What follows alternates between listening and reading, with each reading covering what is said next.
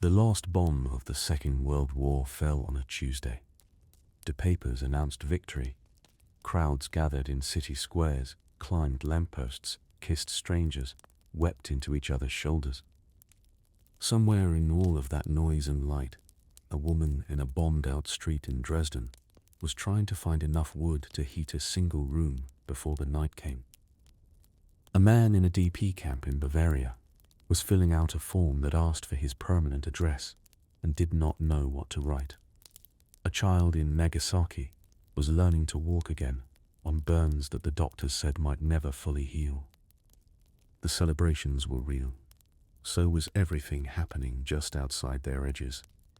The end of the Second World War is one of the most documented moments in human history, and one of the most misunderstood.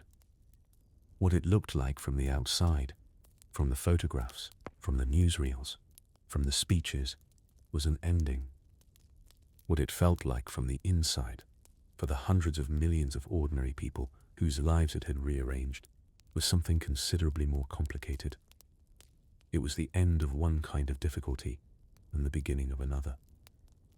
It was the start of the longest, strangest, most uneven process of repair the modern world had ever attempted. It was, for many people, simply the moment when they finally had time to feel everything they had been too busy surviving to feel. Let your body settle. Let the day's tension release. Slowly. The way tension always releases when nothing is asking it to stay. Close your eyes, if they want to close. There is nothing here that needs watching. These are facts meant to be heard, rather than read. To drift through the quiet at whatever pace suits you. Carried on the voice alone, landing softly and without demand. You are welcome here exactly as you are. This is what happened after the fighting stopped. 101 facts. All of them are true.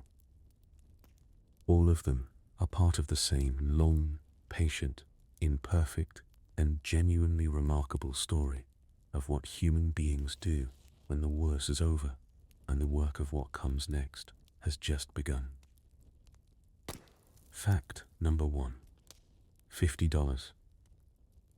That was what an American soldier received when he was discharged from the United States military at the end of the war. $50 in cash, a set of discharge papers, and a small lapel button, officially called the Honorable Discharge Lapel Button, though veterans nicknamed it the Ruptured Duck, for the eagle embossed on its face. The button was meant to signal to employers and the public that the wearer had served and been honorably released. The $50 was meant to bridge the gap between military life and civilian employment. Neither was adequate for what returning men actually faced: a civilian job market that had run without them for 3 or 4 years, a domestic life that had reorganized around their absence, and a psychological adjustment that no government document had a form for. The GI Bill, signed in 1944, provided the larger response: education benefits, low-interest home loans, unemployment insurance, and it worked, producing a generation of college-educated homeowners whose social mobility transformed American society. But the ruptured duck and the $50 were what a soldier had in hand when he stepped off the train. Everything else had to be built from there, one decision at a time, in a country that was celebrating victory and had not yet worked out what peace was going to ask of the people it had just stopped asking to fight. Fact number 2. 11 million people were stranded across Europe when the guns stopped. Not soldiers, civilians, forced laborers who had been transported from their home countries to work in German factories and farms. Concentration camp survivors too weak to walk unaided. Prisoners of war who had been held for years in conditions ranging from the merely brutal to the systematically murderous. People who had fled advancing armies and ended up hundreds of miles from anything they recognized. The Allied military authorities established displaced persons camps, DP camps, to house these millions while the enormous administrative task of working out who they were, where they had come from, and where they could go was undertaken. The camps varied enormously in quality. Some were well organized, adequately fed, medically staffed. Others were overcrowded spaces that reproduced, in attenuated form, some of the conditions their inhabitants had only recently survived. Jewish survivors of the concentration camps found themselves, in some cases, housed in the same facilities that had previously served as concentration camps, a fact the Allied authorities addressed imperfectly and slowly. The United Nations Relief and Rehabilitation Administration managed the camps with the logistical complexity the situation required and a level of human understanding that was not always equal to it. The last DP camp did not close until 1957, 12 years after the war had officially ended, which gives a more accurate measure of what the aftermath actually involved than any victory photograph does. Fact number 3. At the lowest point of the winter of 1945 to 1946, food rations in parts of the Allied occupation zones of Germany fell below 1,000 calories per day. For context, the minimum recommended daily intake for an adult doing light work is approximately 2,000 calories. Germans who had survived 5 years of bombing were now facing the possibility of dying from hunger and cold in the rubble of cities that the bombs had left standing but uninhabitable. Coal for heating was almost entirely unavailable for civilian use. Water and gas infrastructure had been destroyed. Families crowded into the least damaged rooms of partially demolished buildings because there was nowhere else to go. The Allied occupation authorities who documented this situation found themselves confronting a specific moral difficulty. The population they were responsible for feeding and housing was the population of the country that had started the war and committed its worst crimes, and acknowledging that these people included children going through rubbish bins for food and elderly people dying in unheated apartments did not fit comfortably alongside the justice being administered at Nuremberg. Fact number 4. 23 minutes. That was how long Japan's formal surrender ceremony lasted on the deck of the USS Missouri in Tokyo Bay on September 2, 1945. The surrender document itself contained 175 words. General Douglas MacArthur signed it with 6 pens, the first given afterward to a former American prisoner of war who had been held in Japanese captivity. A deliberate gesture directing attention toward what the war had cost at the level of individual human beings, rather than strategic calculation.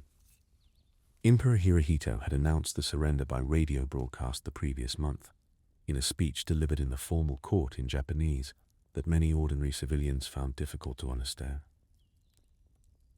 For millions of Japanese people, it was the first time they had ever heard the emperor's voice, a voice they had been taught belonged to a divine being, now telling them that the unthinkable had happened and that it was over.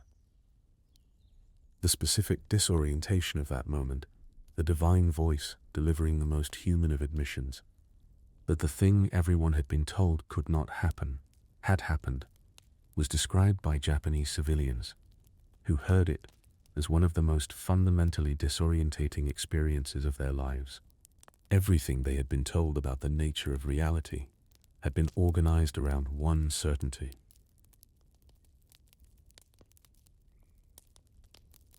The radio broadcast dissolved it in 4 minutes and 40 seconds of formal court Japanese on a Tuesday morning in August, with the surrender documents still 3 weeks away from being signed. Fact number 5. Nuremberg was a deliberate choice of location. The city had hosted the Nazi Party's annual rallies, the vast choreographed spectacles of torchlight and mass devotion that had been filmed by Leni Riefenstahl and broadcast around the world as evidence of a movement's invincibility. Holding the trials of the movement's leaders in the same city was a statement about the arc of history that the Allied powers wanted to make visually, not only legally. The trials, which began in November 1945, were the first time in history that individuals had been held criminally accountable by an international tribunal for the planning and execution of a war and for crimes against civilian populations. 24 senior Nazi officials were indicted. 12 were sentenced to death. The legal precedents established crimes against humanity as a category of international law. The principle that following orders does not constitute a defense for atrocities had not previously existed in codified form. The defendants' lawyers argued that the trials were victor's justice, law created after the fact and applied selectively. The prosecution argued that some acts were criminal, regardless of whether a specific law prohibiting them had previously been written down. That argument has continued in legal scholarship for 8 decades and has not been resolved to everyone's satisfaction. What Nuremberg produced, beyond its verdicts, was a documented record of the planning and execution of the Nazi regime's crimes, compiled under rules of evidence and cross-examination. A record whose existence has made certain forms of denial systematically more difficult than they would otherwise have been. Fact number 6. Between 70,000 and 80,000 people died in Hiroshima on the morning of August 6, 1945, within seconds of the bomb detonating. Many simply ceased to exist, vaporized so completely that the only evidence of their presence was a shadow burned into the stone or concrete surface behind where they had been standing. The survivors, the hibakusha, faced a post-war Japan that treated them with a fear rooted in misunderstanding of radiation exposure, a fear that expressed itself as social discrimination in employment and marriage markets. Many hibakusha concealed their status for decades. The Atomic Bomb Casualty Commission, established by American authorities in 1950, studied the hibakusha population and generated the most extensive data on radiation exposure in human populations that has ever been collected, data that continues to inform radiation protection standards globally. The hibakusha waited years for formal Japanese government acknowledgement of their specific situation and their specific needs. When acknowledgement came, it came slowly and incompletely, in the way that official recognition of difficult truths tends to come. After enough time had passed, but the most immediate political discomfort of acknowledging it had faded. The data collected from the hibakusha population has saved an unknown but substantial number of lives in the subsequent decades through its contribution to radiation medicine and protection standards. The people whose suffering generated that data did not benefit from it. Fact number 7. Every adult German in the Western occupation zones was required to fill out a 131-question document called the Fragebogen, a questionnaire designed to assess their activities, memberships, and conduct during the Nazi period and assign them to one of 5 categories, ranging from major offender to exonerated. Over 13 million questionnaires were returned. The task of assessing them fell to German denazification tribunals working under Allied supervision, processing a caseload that was simply too large to examine with the thoroughness the program's architects had intended. By the time the process was substantially complete, the vast majority of respondents had been placed in the lower categories, with relatively few receiving serious sanctions. Critics called it a whitewash. Defenders argued that the alternative, the indefinite occupation of a country of 60 million people until a single million people who were attacked by a single warning factory. Both arguments contained truth, which is why the debate about denazification has continued among historians ever since. What the program produced on the ground was a post-war German society in which former Nazis occupied positions in law, medicine, education, and government, alongside people who had resisted the regime and people who had survived it as victims, all required to collaborate in the construction of a new democratic state, which they did, imperfectly, with considerable ongoing difficulty. Fact number 8. June 1947, Harvard University. Secretary of State George Marshall delivered a commencement address that contained, almost incidentally, the outline of what would become the most consequential foreign policy initiative in American history. $13 billion over 4 years, distributed to 16 Western European countries for economic reconstruction. The Marshall Plan's stated purpose was humanitarian and strategic simultaneously, to prevent the economic collapse of Western European states that American planners feared would make them vulnerable to communist political movements. Its practical effect on ordinary civilian life was the restoration of food supply, industrial production, and basic infrastructure to populations that had been managing on insufficient quantities of all three since 1939. Countries whose civilians had been surviving on starvation-level rations in 1945 and 1946 saw conditions improve substantially through the late 1940s. The Soviet Union declined participation and prevented the Eastern European countries under its influence from accepting, a decision that created the specific economic divergence between Western and Eastern Europe that was still clearly visible from satellite imagery 40 years later. The plan has been called the most successful foreign policy initiative in American history. That description contains considerable truth, and also contains the specific limitation of assessments made from the winning side. Fact number 9. Warsaw was rebuilt from paintings.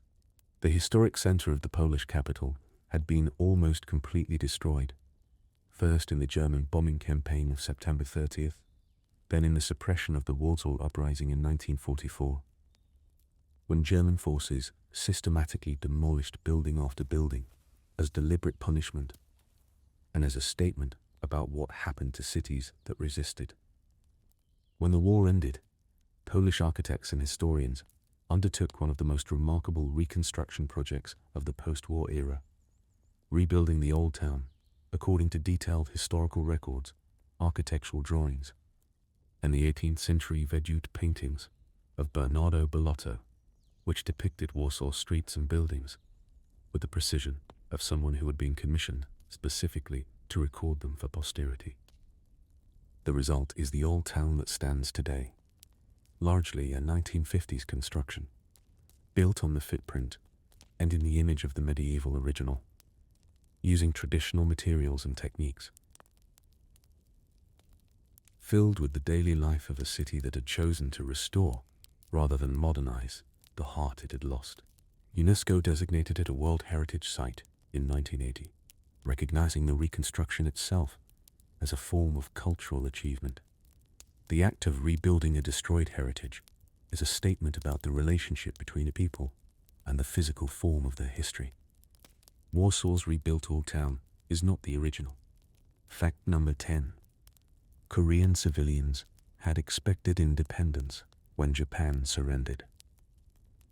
They had been under Japanese colonial rule since 1910 and had been told by the Allied declarations about self-determination, by the logic of liberation, that Japan's defeat would mean their freedom. What arrived instead was a line drawn across their peninsula at the 38th parallel, dividing the country into a Soviet-administered north and an American-administered south. Agreed in Washington in a meeting that took less than an hour by 2 American military officers using a National Geographic map. No Korean was present. No Korean was consulted. The line divided families, separated agricultural land from the cities it supplied, and created 2 states whose subsequent histories diverged with a completeness that was visible from space by the late 20th century. The North dark at night for want of electricity, the South bright. The Korean War that followed in 1950 killed approximately 3 million people. The armistice that ended it in 1953 was never converted into a peace treaty. Both facts trace directly to the administrative decisions of a few weeks in August 1945, made by people who were thinking about the disposition of great power interests, and who were not thinking, with any particular care, about the 30 million people whose country they were dividing with a line on a map. Fact number 11. A set of 10 principles, drafted by American judges at Nuremberg in 1947, changed the conduct of medical research forever. The Nuremberg Code was the direct response to evidence presented at the doctor's trial, one of the subsequent Nuremberg proceedings, of systematic medical experimentation conducted on concentration camp prisoners without consent, without anesthesia, and without any genuine scientific purpose that could not have been achieved by other means. The Code's first and most fundamental principle established that the voluntary consent of the human subject is absolutely essential, that no research could ethically proceed without the informed, voluntary agreement of the person being studied. No equivalent international standard had previously existed. Prior to Nuremberg, the ethical framework governing human experimentation was largely a matter of individual professional judgment rather than codified principle. The Code formed the foundation for the Declaration of Helsinki in 1964 and for the ethical frameworks governing clinical research globally today. Every person who has participated in a clinical trial since 1947, in any country, under any institutional aegis, has been protected that same pride of the acquaintance of brain matter, without making the Code easier, deeper, empower, well enjoyed. The experiments conducted at Auschwitz and Dachau produced no usable medical knowledge. They produced, through the tribunal that examined them, the ethical foundation of modern medical research, which is a specific and troubling kind of legacy, and one that medicine has spent the decades since trying to figure out how to hold. Fact number 12. 5 million objects. That is the minimum estimate of the cultural property looted by the Nazi regime from occupied countries and Jewish families between 1933 and 1945. Accumulated over generations and stripped away in a systematic operation that had its own bureaucracy, its own cataloguing system, its own railway logistics. The monuments men, the Allied offices tasked with locating and securing looted objects as the war ended, found repositories in salt mines and mountain castles and underground bunkers containing tens of thousands of paintings, sculptures, books. I have also in the book of confidential problems, but prominential realities in Sydney's and the resolution of legal questions deliberately obscured by the looting process itself. 80 years after the war ended, artworks are still being identified as looted property, still moving through legal processes, still being returned to the grandchildren and great-grandchildren of people who last held them before being taken to a place from which they did not return. The objects outlasted their owners. Some of them are finding their way home. Some of them are still in museums that have not yet looked carefully enough at how they came to be there. Fact number 13. Nobody planned the baby boom. It emerged from the simplest possible human arithmetic. Millions of couples, separated by years of war, reunited in 1945 and 1946, making the family decisions that the war had deferred. Between 1946 and 1964, approximately 76 million babies were born in the United States alone. Similar surges occurred in Britain, Canada, Australia, and across the Western world. The cohort this produced, the baby boomers, became the demographic wave whose progress through the age structure of their societies shaped everything from the construction of schools in the 1950s to the expansion of universities in the 1960s, to the character of pension systems in the 2010s. But beneath the demographics was something more simply human, a collective act of hope, expressed in the most fundamental way available. People who had spent years inside the war's uncertainty were now making a decision that required, as its first condition, belief in a future worth investing in. The children born in those years were, each of them, a small wager on peace, a statement made in the most personal and irreversible way a person can make a statement. That the worst was genuinely behind, and that what came next was worth bringing a new person into. The boom was not planned. It was the sound of millions of people reaching the same conclusion at the same time about what they wanted the peace to contain. Fact number 14. Soviet census figures were falsified for decades after the war to conceal the true scale of Soviet losses. The actual numbers, as established by later research, are staggering in ways that reshape the entire understanding of what the war cost. Military deaths, 8 to 9 million. Civilian deaths from bombing, occupation, deliberate starvation policies, and forced labor, 14 to 17 million.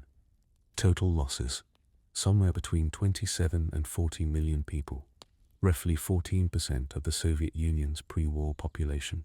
In practical terms, this meant that post-war Soviet society was missing entire cohorts of young men, leaving a demographic distortion that expressed itself in the lives of women who'd lost fathers, brothers, husbands, and sons, and who now ran collective farms and factories and schools in the gap left by the dead. Women who had worked in combat roles, as snipers, as pilots, as infantry, were told after the war not to wear their medals in public, to let their husbands take credit for military service, to make space for a reconstituted social order that needed men to be the veterans and women to be the people waiting for them. The specific grief of Soviet women in the post-war decades, enormous in its scale, suppressed by official instruction, organized around a loss whose true dimensions the government had decided the population should not know, is one of the most thoroughly invisible aspects of the post-war world. Fact number 15. On July 5th, 1945, while the war in the Pacific was still ongoing, British voters went to the polls and delivered one of the most significant electoral results in the country's history.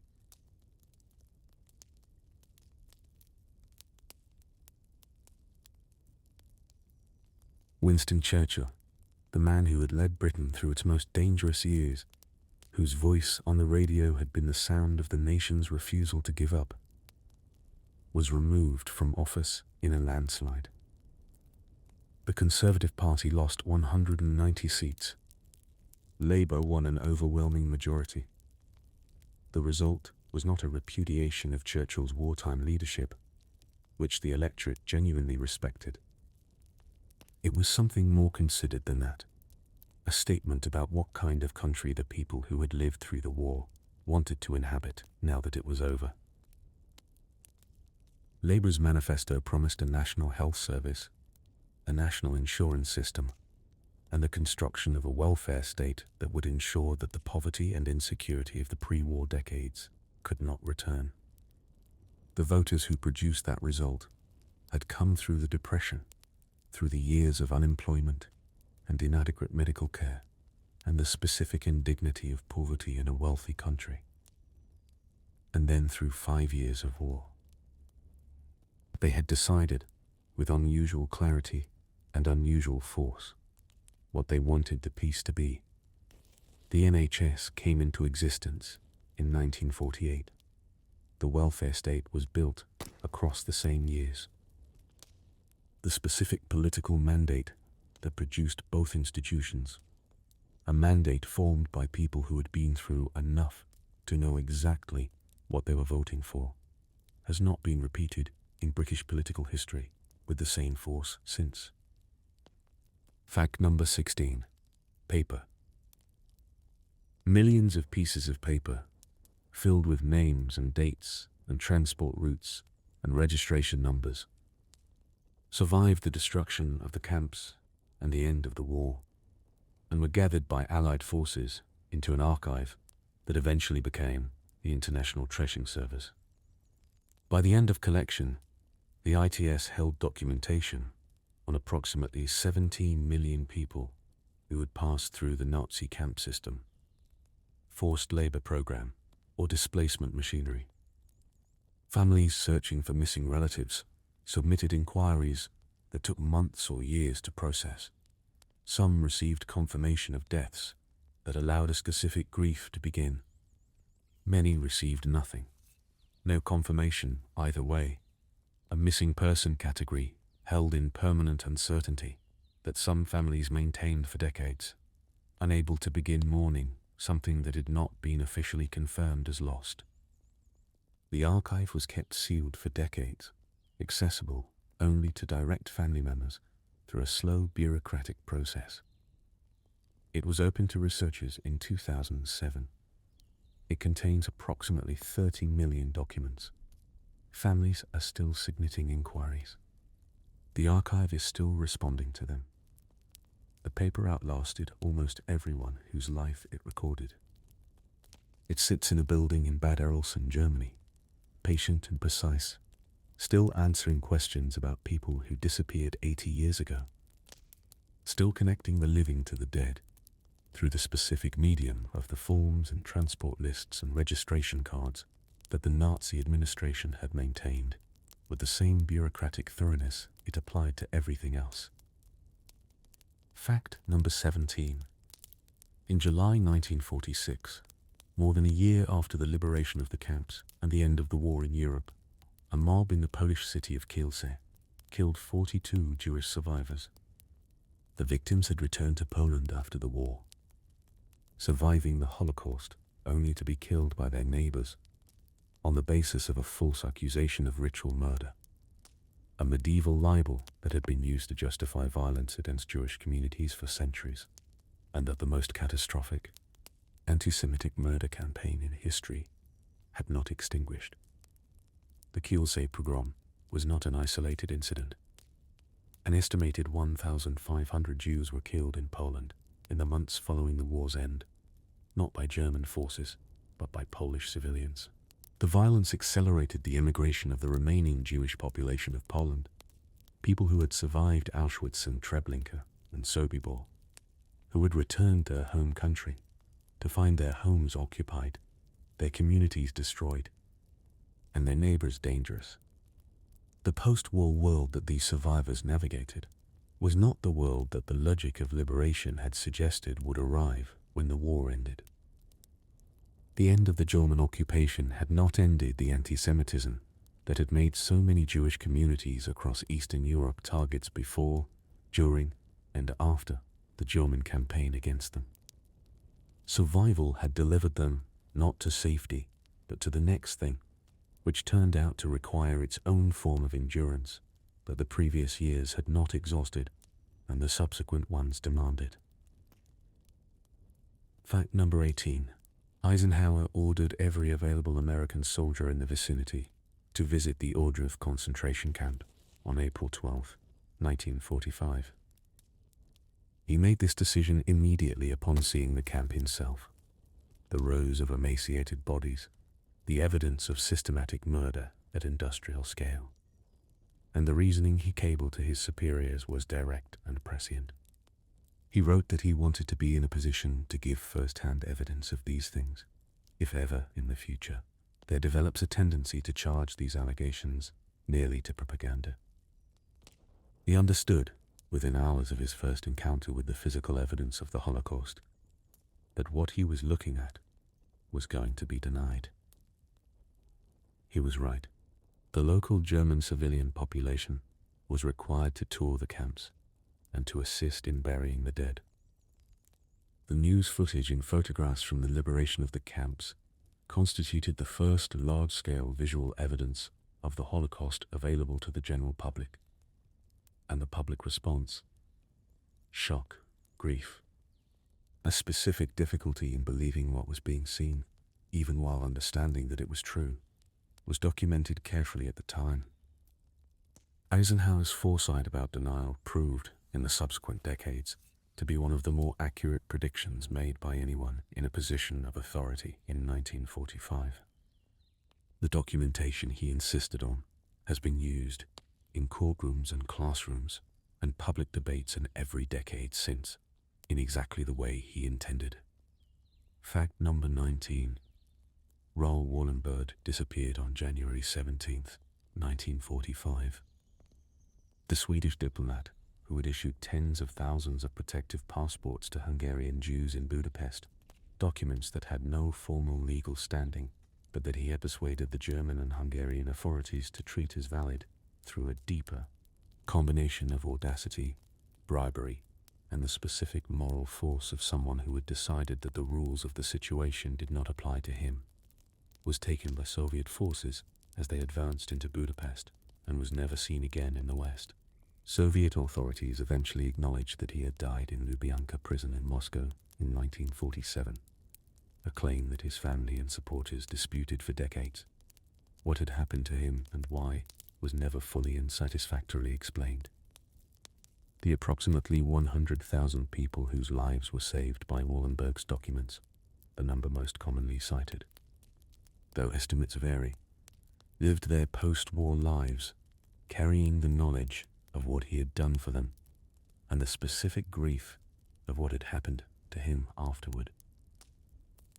The man who had refused to accept the logic of a system designed to process people toward death was processed by a different system toward a different kind of disappearance. The specific cruelty of that outcome, the rescuer consumed by the post-war machinery of the very alliance that had defeated the system he had risked his life to subvert, is one of the post-war period's most enduring and least resolved injustices. Fact number 20. Shuin Subihara spent his final working hours at his hotel window. The Japanese consul in Kaunas, Lithuania, had already been denied permission by his government to issue the transit visas being requested by thousands of Jewish refugees at his consulate gate. He had issued them anyway, working from morning until night, day after day, his hand cramping, his wife bringing him meals at the desk. When his posting ended, and he was required to leave, he continued writing visas from the window of his hotel room, passing them down to people standing below. As his train pulled out of the station, he pushed visas through the gap in the window for as long as the crowd could keep pace with the departing train. He is estimated to have saved approximately 6,000 lives. After the war, he faced professional consequences for his disobedience and spent years working in relative obscurity. Israel recognized him as righteous among the nations in 1985. He died in 1986. He said at the end of his life that he had no regrets, that he had acted according to the humanitarian principles he held, and that no instruction from any government had authority over those principles. He was right, and he paid for being right, and the people he saved carried the knowledge of what he had done for them through the rest of their lives, into the lives of their children, which is the only form of permanence available to an act of courage that the world was not prepared to fully reward. Fact number 21. George Marshall's speech at Harvard in June 1947 lasted less than 15 minutes. It changed the economic history of Europe. The European Recovery Program it proposed, $13 billion over 4 years, rebuilt the food supply chains, industrial infrastructure, and monetary systems of 16 Western European countries that had been operating at varying degrees of emergency since 1939. The political logic behind the plan was Cold War strategy, preventing the economic desperation that American planners believed made populations vulnerable to communist political movements.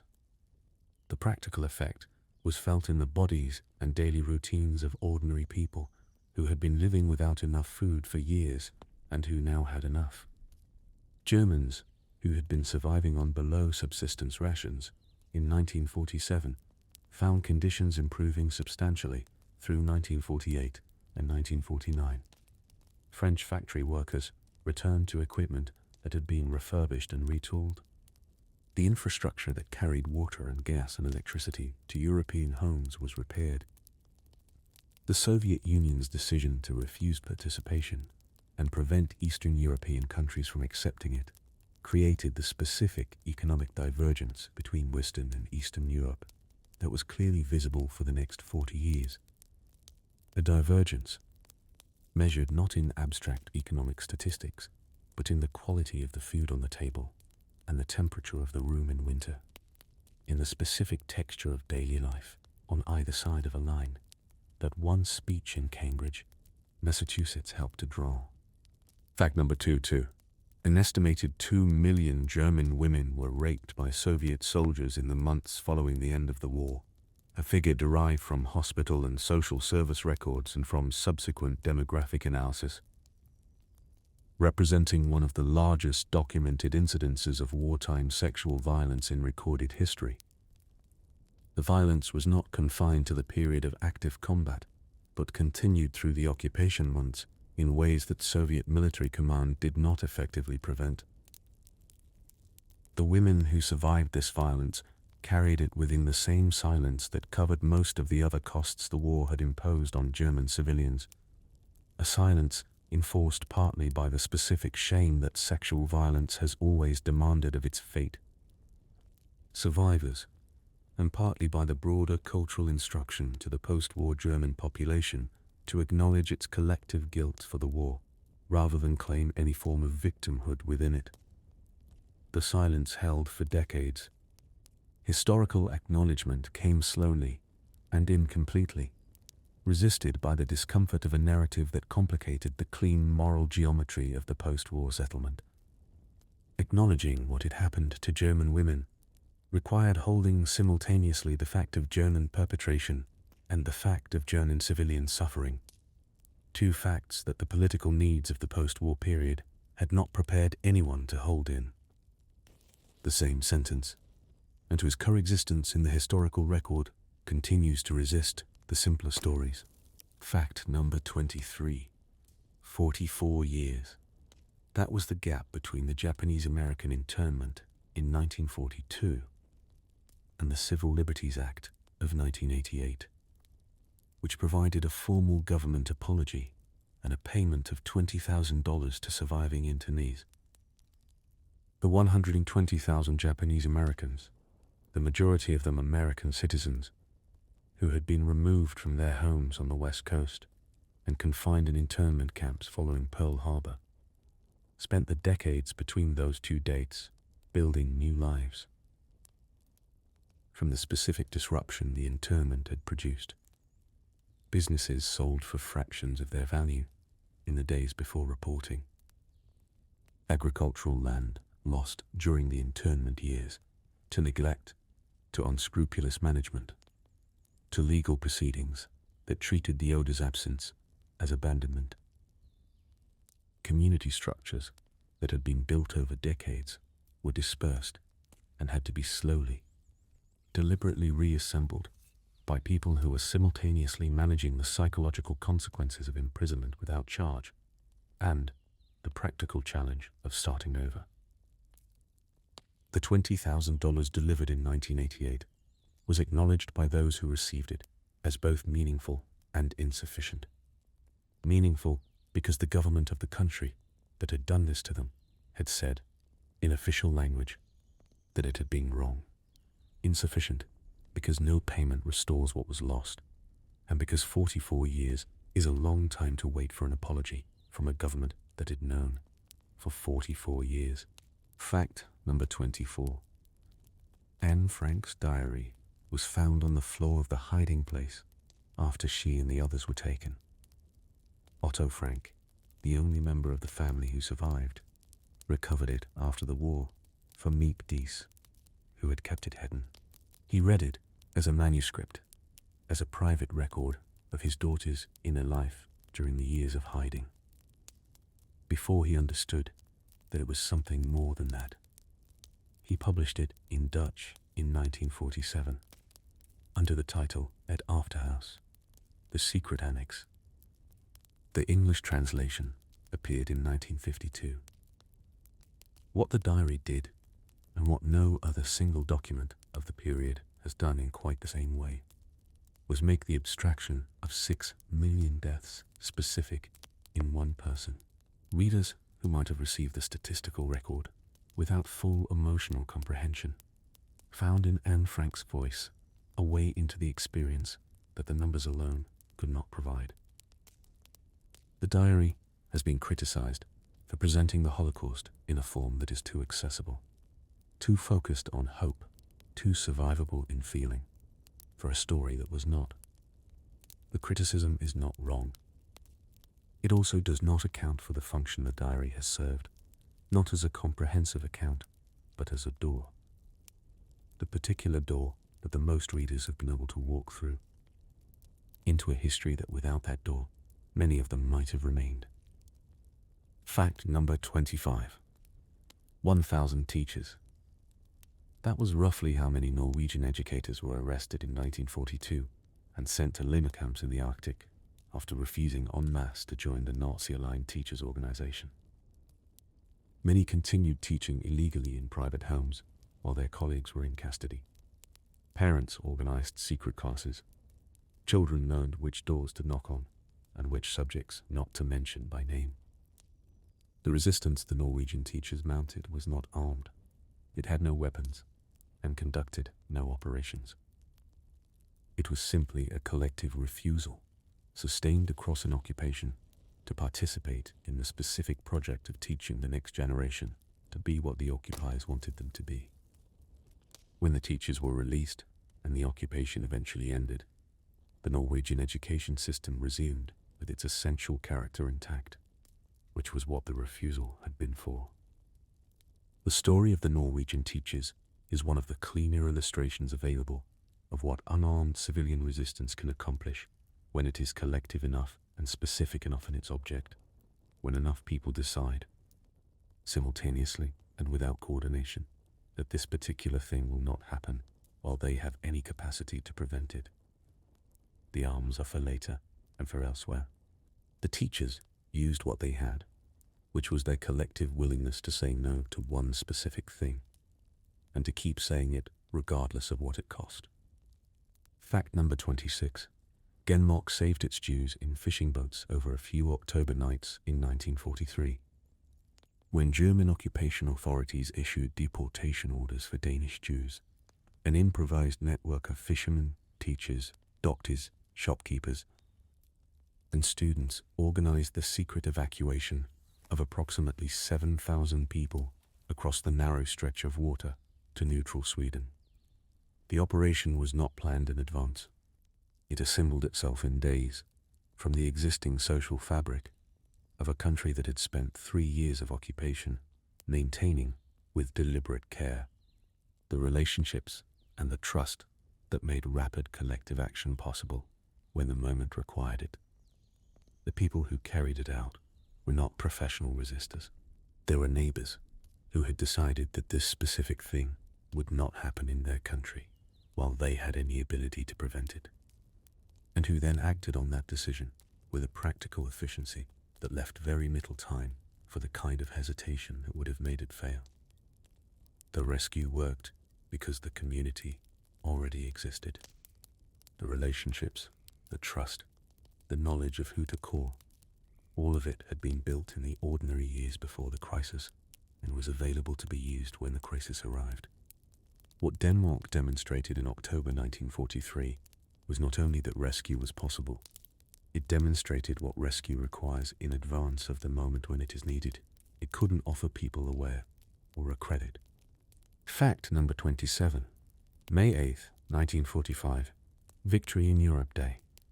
And a woman named Hannah in Vienna is standing in a queue outside a food distribution point, waiting for her weekly allocation of bread and potatoes. The war in Europe is officially over, as of midnight. She has been in this queue for 2 hours. She is wearing the same coat she has worn every day for 4 years. The bread she will receive when she reaches the front will be slightly less than what her body needs. This is not the image that history kept from that day. History kept the kissing and the crowds and the flags.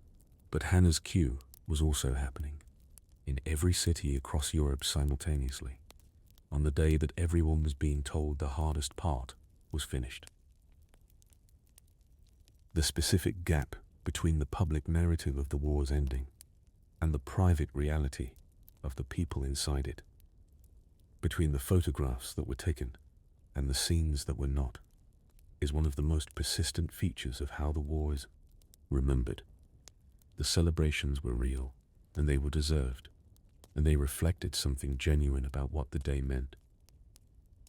Both were happening at the same time, in the same cities, among people who had lived through the same years, and the full truth of the day requires both pictures to be held simultaneously, rather than choosing between them. Fact number 28. 600,000 ethnic Hungarians found themselves living in Czechoslovakia after the war's borders were redrawn. Ethnic Germans in Poland were given weeks to pack what they could carry and were transported to a Germany they had never lived in. Polish families were moved from territories that had become Soviet to territories that had become Polish, occupying houses from which Germans had just been expelled. Between 1945 and 1948, approximately 12 to 14 million ethnic Germans were expelled from Poland, Czechoslovakia, Hungary, Romania, and Yugoslavia, in the largest forced population movement in European history. The Allied powers had agreed at Potsdam that orderly and humane transfers of populations would solve the ethnic minority problems that had contributed to the pre-war instability of the region. The word orderly was aspirational. The conditions of some expulsions were managed with a degree of order that minimized deaths. Others were accompanied by violence and killing. The civilians who were moved had not been consulted about the solution that was being applied to the problem that their prisons represented to the post-war planners. They paid the entire cost of a settlement whose benefits accrued to the great powers who had designed it. Whether the result was worth the cost depends entirely on whose position you assess it from, which is why the question of the post-war population transfers has never produced a verdict. Fact number 29. Black veterans of the United States military returned from a war fought against racial fascism to a country in which they were legally segregated. The GI Bill, which transformed the American class structure by making college education and home ownership available to a generation of veterans, was administered in ways that largely excluded black recipients. The Federal Housing Administration refused to guarantee mortgages in black neighborhoods, which meant that the suburban housing boom the GI Bill funded was overwhelmingly white. Many universities that the bill's education provisions would have funded refused to admit black students. Black veterans who had fought in Europe and the Pacific for the principles of democracy and equality were told upon returning home that those principles applied to them differently than they applied to their white fellow veterans.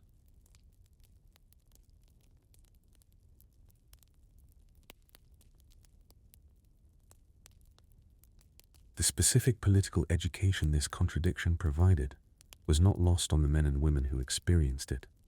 The civil rights movement of the 1950s and 1960s drew much of its leadership and much of its moral force from veterans who had been through the war, and who had decided that the principles in whose name the war had been fought were worth fighting for, at home as well. The war did not create the civil rights movement. It gave it a generation of people who had been through something large enough that the specific injustice they returned to could no longer be accommodated with the patience. Fact number 30. A glass booth in a Jerusalem courtroom, 1961. Adolf Eichmann, the SS officer who had administered the logistics of deporting millions of Jews to the death camps, who had escaped to Argentina after the war and lived there under a false name for a decade before being captured by Israeli intelligence agents, sat inside the booth answering questions about paperwork.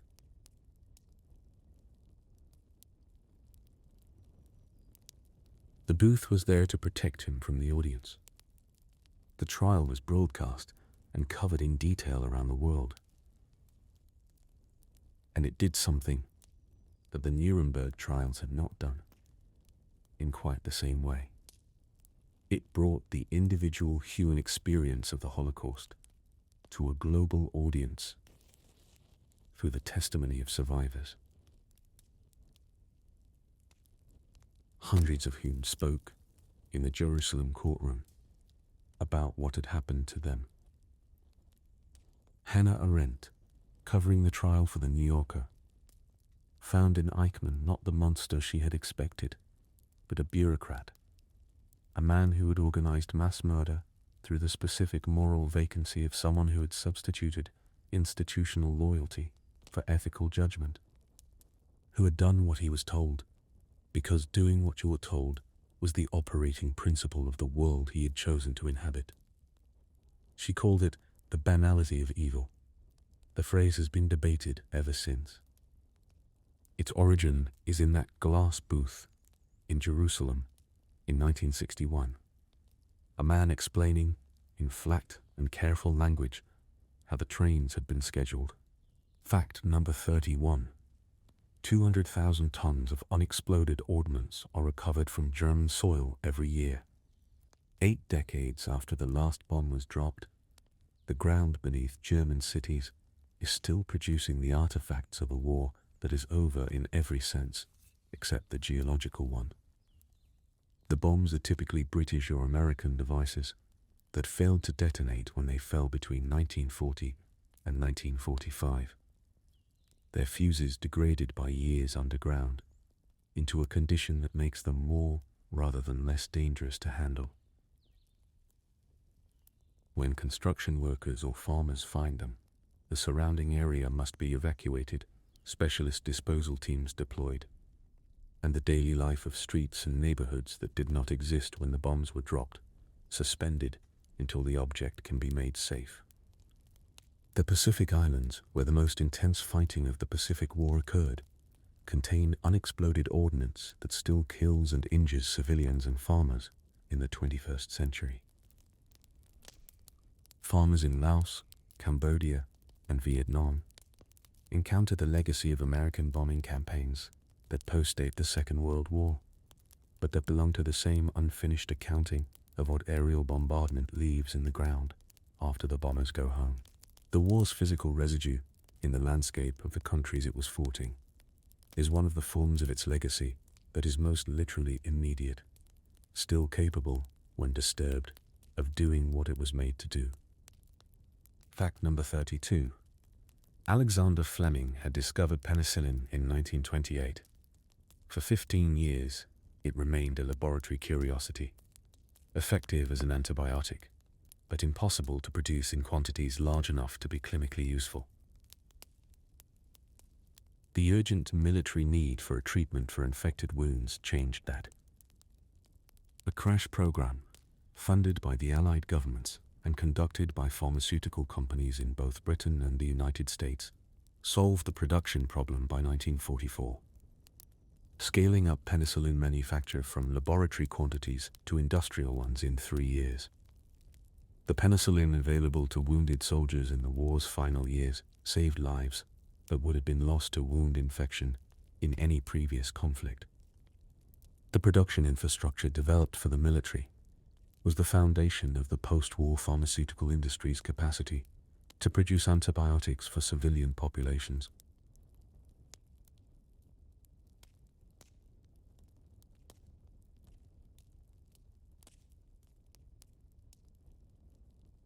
And the availability of antibiotics to those populations was one of the primary drivers of the dramatic reduction in infectious disease mortality that transformed life expectancy across the world in the post-war decades. The war produced mass production of penicillin. Mass production of penicillin has, in the 80 years since, saved an estimated 200 million lives, a number so large that it approaches the same incomprehensibility as the war's death toll from the opposite direction.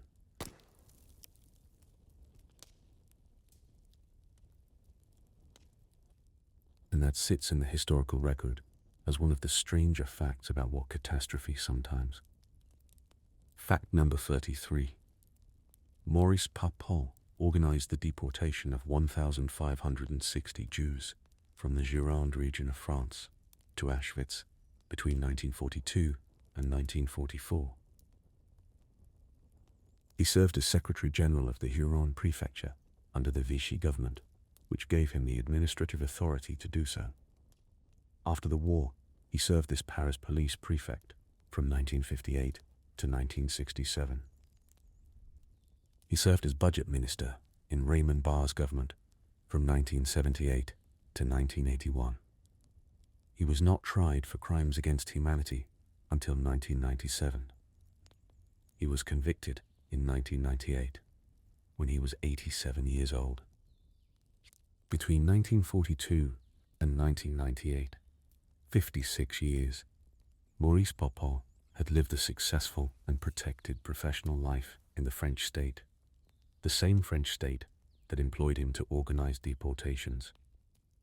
The specific justice of the 1998 conviction was real. The specific injustice of the 56-year gap is equally real. The gap was not accidental. It was the product of the same post-war French decision to manage the memory of collaboration in ways that served national reconciliation rather than individual accountability. The decision served real social purposes in the 1940s and 1950s. The people who were sent to Auschwitz from Gironde had not been consulted about what national reconciliation required. Their absence from the conversation and from the world was precisely what made the conversation easier to conduct in the way it was conducted for 56 years. Fact number 34. Rubble women. The Trümmerfrau of post-war German cities, women who worked in rubble clearance brigades, sorting usable bricks from damaged ones by hand for reuse and reconstruction, became one of the iconic images of the German post-war experience. 400 million cubic meters of rubble had to be cleared from bombed German cities, enough, as one historian calculated, to fill the Empire State Building approximately 700 times. Women worked in these brigades alongside men, prisoners of war and forced laborers, passing bricks hand to hand in human chains, stacking the usable ones, carting the rest away.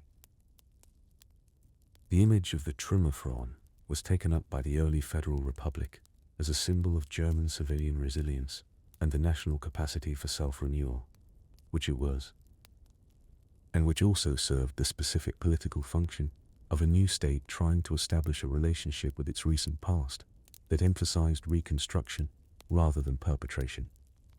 The symbol was real. It was also, like most national symbols, a selection from a more complicated reality in which male workers did proportionally more of the rubble clearance than the iconic image suggests. Both things are true. The women who worked in those brigades did something genuinely remarkable. The uses to which their image was put were also genuinely partial. History is full of real things whose symbolic careers take on lives that the real things themselves did not require. Fact number 35.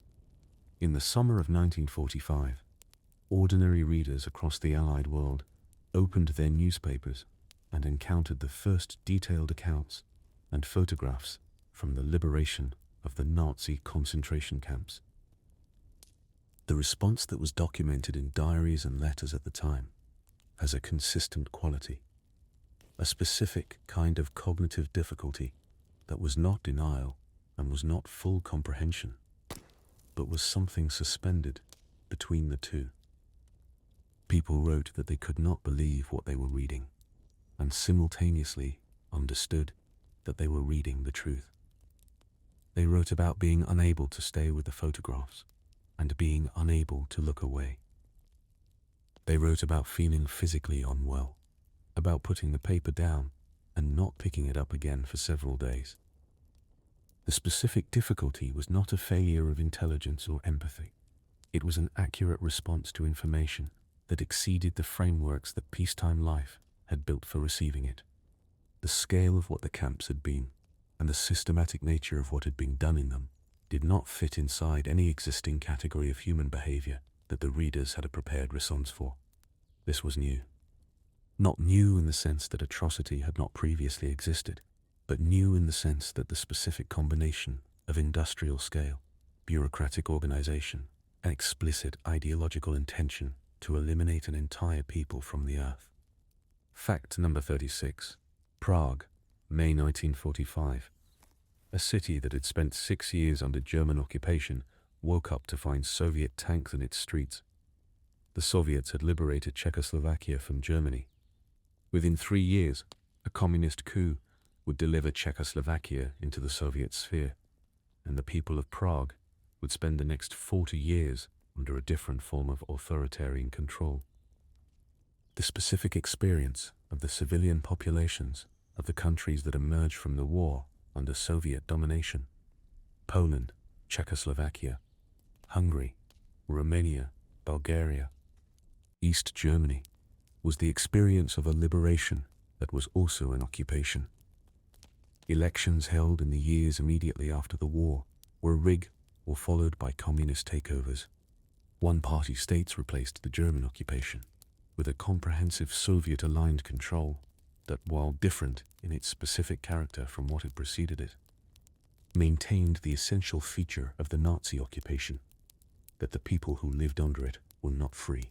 The civilians of Eastern Europe, who had survived 6 years of war and German occupation, now faced an indefinite continuation of unfreedom under a different flag.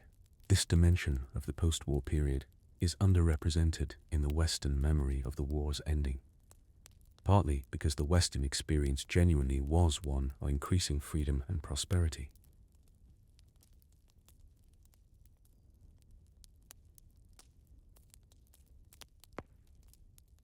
And partly because it is easier to celebrate a victory than to account for the full geography of what the victory produced. Fact number 37. Simon Wiesenthal survived Mauthausen concentration camp and spent the decades after the war hunting Nazi war criminals. Not, he said, for revenge, but for the record.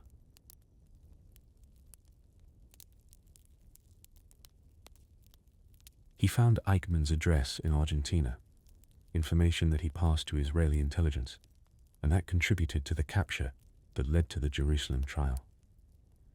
He maintained files on thousands of Nazi perpetrators through his documentation center in Vienna, providing evidence to prosecutors across multiple countries in cases that stretched from the 1940s into the 2000s.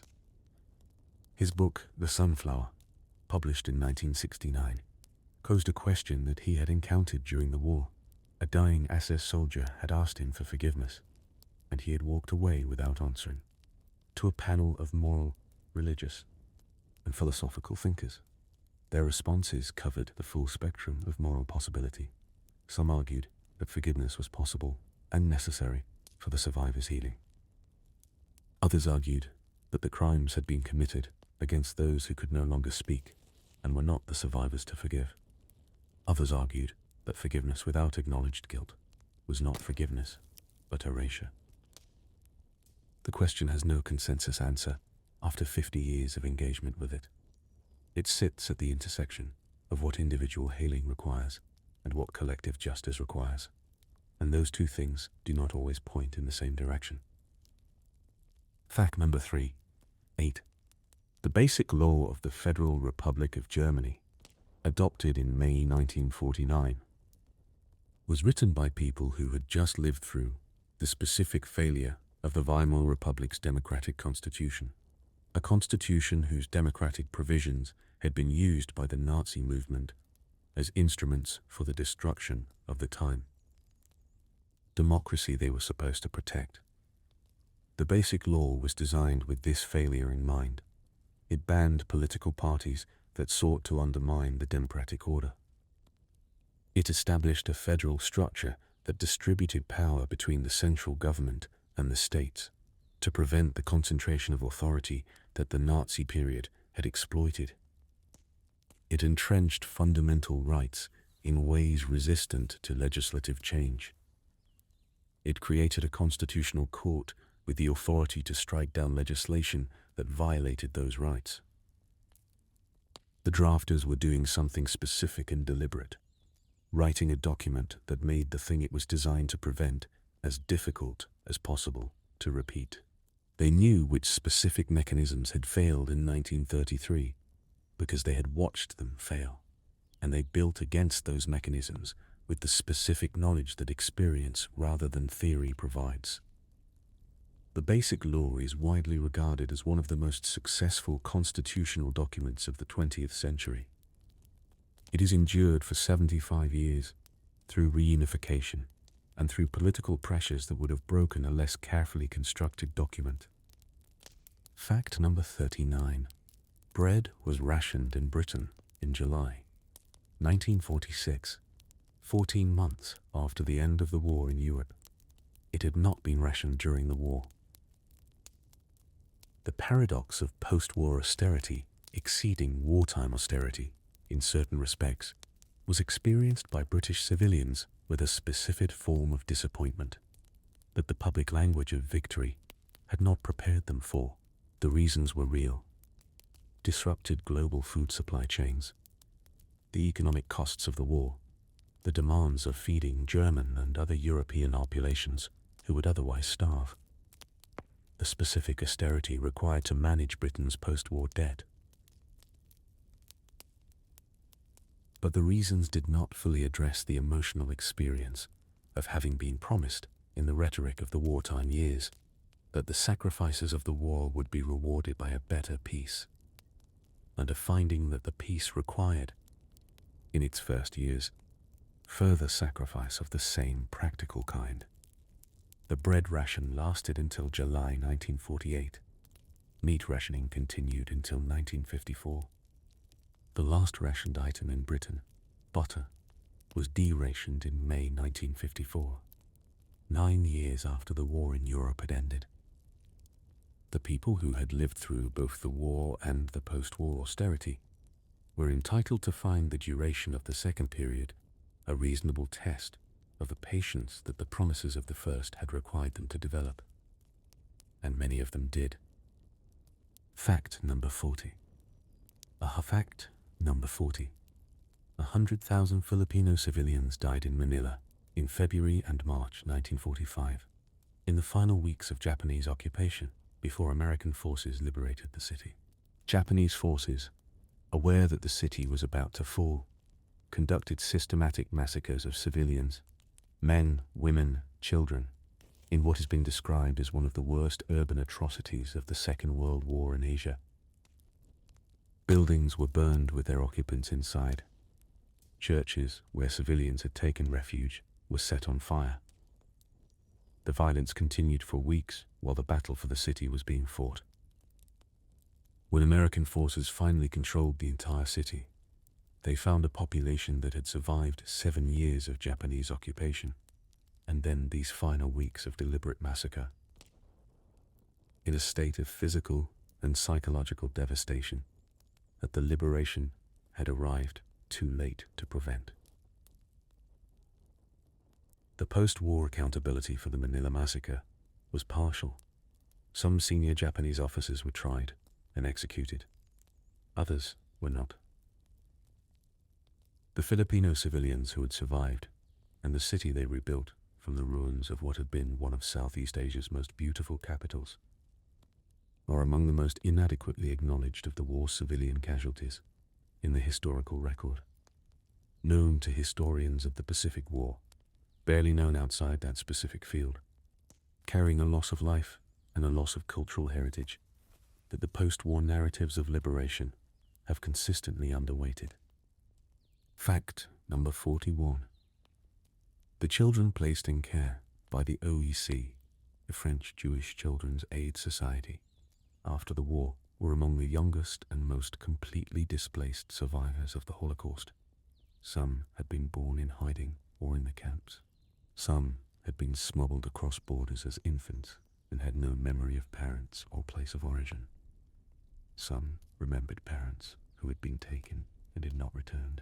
The educators and psychologists who worked with these children in OSE homes in the years immediately after the war were attempting, with tools that the situation had outstripped, to provide what the children needed, which was, before anything else, safety and consistency, and the restoration of a routine reliable enough to allow trust to begin to rebuild. Some of the methods these educators developed: the recognition that physical safety is a precondition for psychological recovery, that routine and predictability are therapeutic tools, that children who have experienced systematic betrayal by adults need sustained, patient demonstration that not all adults betray, became foundational in what would later develop into trauma-informed practice. They developed these methods by watching what the children needed and responding to it, in the absence of any literature that could have told them in advance. The children taught the teachers. The teachers remembered what they had been taught. Fact number 42. Paul Celan wrote his most celebrated poem, Todesfuge, Death Fugue, in 1944 or 1945, while still under the German occupation that had murdered his parents. He wrote it in German. This was not a neutral choice. German was the language of the perpetrators. It was also, inescapably, the language of Celan's interior life, the language in which he thought and dreamed and read, the language that was his. Writing Todesfuge in German placed the poem inside the same language that had produced the orders and the ideology of the thing it was about. And the tension between those two facts is present in every line. The poem's opening, "Black milk of daybreak, we drink it at evening," became one of the most analyzed and debated lines in 20th century poetry. What Celan was doing, among other things, was demonstrating that the German language was large enough to contain both what had been done in it and the testimony against it, that language does not belong permanently to its worst users, that the instrument of atrocity can become the instrument of witness if someone is willing to turn it against the purposes to which it was most recently put.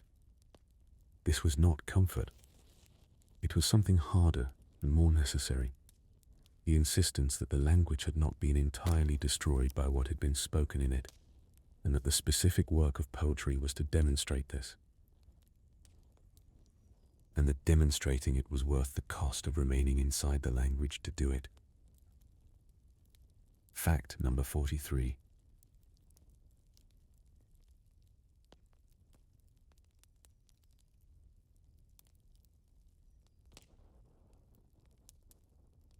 The Frauenkirche in Dresden, the great 18th century Lutheran church, whose dome had collapsed in the bombing of February 19th, 45, was rebuilt between 1994 and 2005, using stones recovered from the rubble, each piece catalogued by its position in the original structure and reused where possible. The rebuilt church contains, in its fabric, the physical record of its destruction. Each black, fire-marked original stone, visible against the new pale sandstone around it, a building that is simultaneously the thing it was, the record of what happened to it, and the statement that what happened to it was not the end of it. The decision to rebuild using the original stones was a deliberate one, a rejection of the easier option of constructing a new building on the old footprint. The recovered stones were not structurally necessary. They were necessary in a different way, as evidence, as memory, as the specific material insistence that the thing destroyed had existed, and that its existence mattered enough to incorporate its fragments into whatever came after. A building can be an argument. The rebuilt Frauenkirche argues, in the specific language of stone and mortar, that destruction is not the last word on the thing it destroys. Whether you find that argument convincing depends on what you believe about the relationship between objects and the people they once belonged to. Fact number 44. 15 million people crossed the borders of the newly partitioned Indian subcontinent in the months following independence in August 1947, the largest forced migration in human history. The British withdrawal from India, conducted at speed under a government that had decided the time for delay was past, produced a partition line drawn by a barrister named Cyril Radcliffe, who had never previously visited India, and who completed a boundary demarcation in 5 weeks. The line divided communities, cut through villages, separated farmers from their land. Muslims moved toward Pakistan. Hindus and Sikhs moved toward India. The movement of populations produced communal violence that killed, by various estimates, between 200,000 and 2 million people. Train carriages arrived at their destinations, full of dead passengers.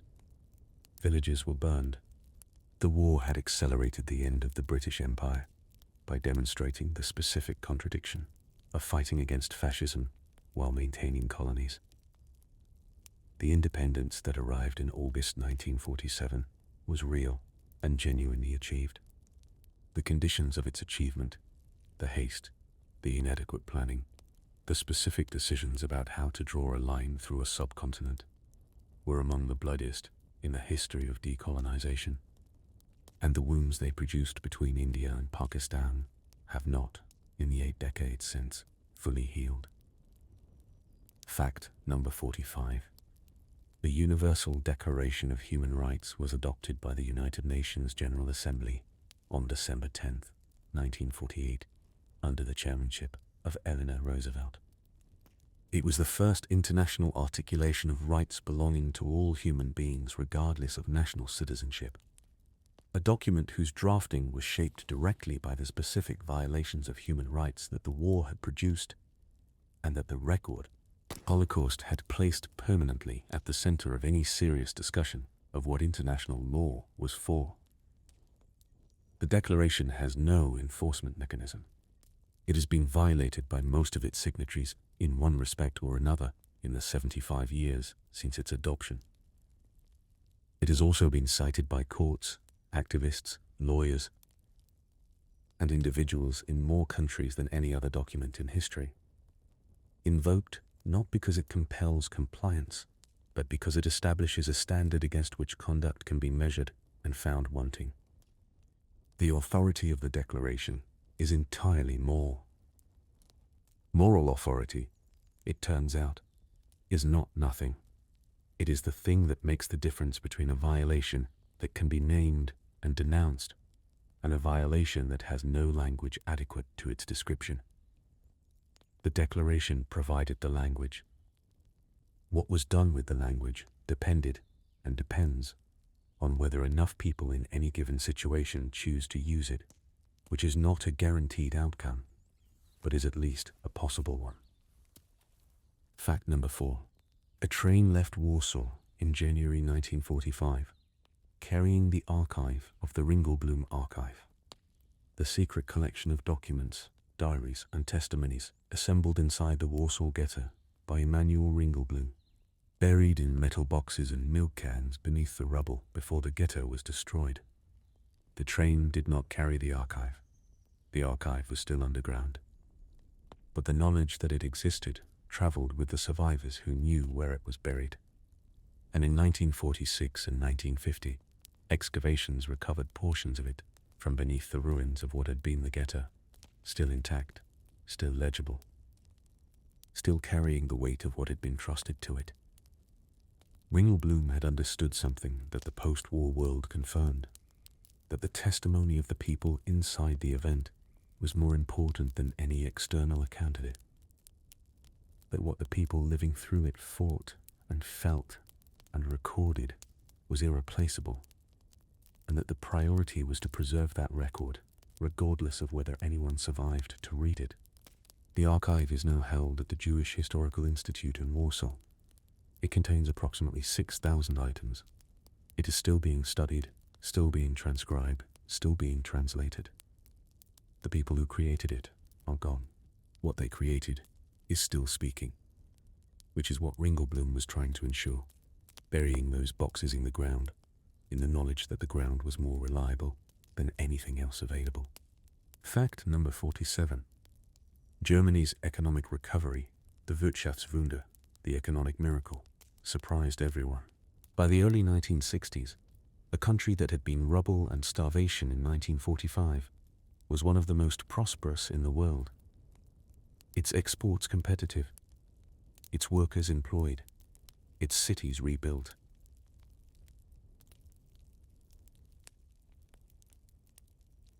Its standard of living rising at rates that made the pre-war and immediate post-war years seem like a different country entirely. The currency reform of June 1948, which replaced the worthless Reichsmark with the new Deutsche Mark, provided the monetary foundation. The lifting of restrictions on German industrial production, justified by Cold War strategy, released an industrial capacity that had been suppressed rather than destroyed. The Marshall Plan provided the initial capital. Ludwig Erhard's economic policies provided the framework. What the miracle produced in the daily lives of ordinary West Germans was the experience of watching the physical world change around them faster than it had ever changed. The rubble cleared, the buildings rising, the shops filling, the cars appearing on streets that had been ruins a decade before. People who had survived the bombing and the occupation and the post-war hunger now lived in a country that was, by most measurable standards, doing better than it had before any of those things had happened. Fact number 48. Testimony. This is what the post-war decades produced in increasing quantities, as the generation that had lived through the war aged into the recognition that what they carried would not survive them unless it was recorded.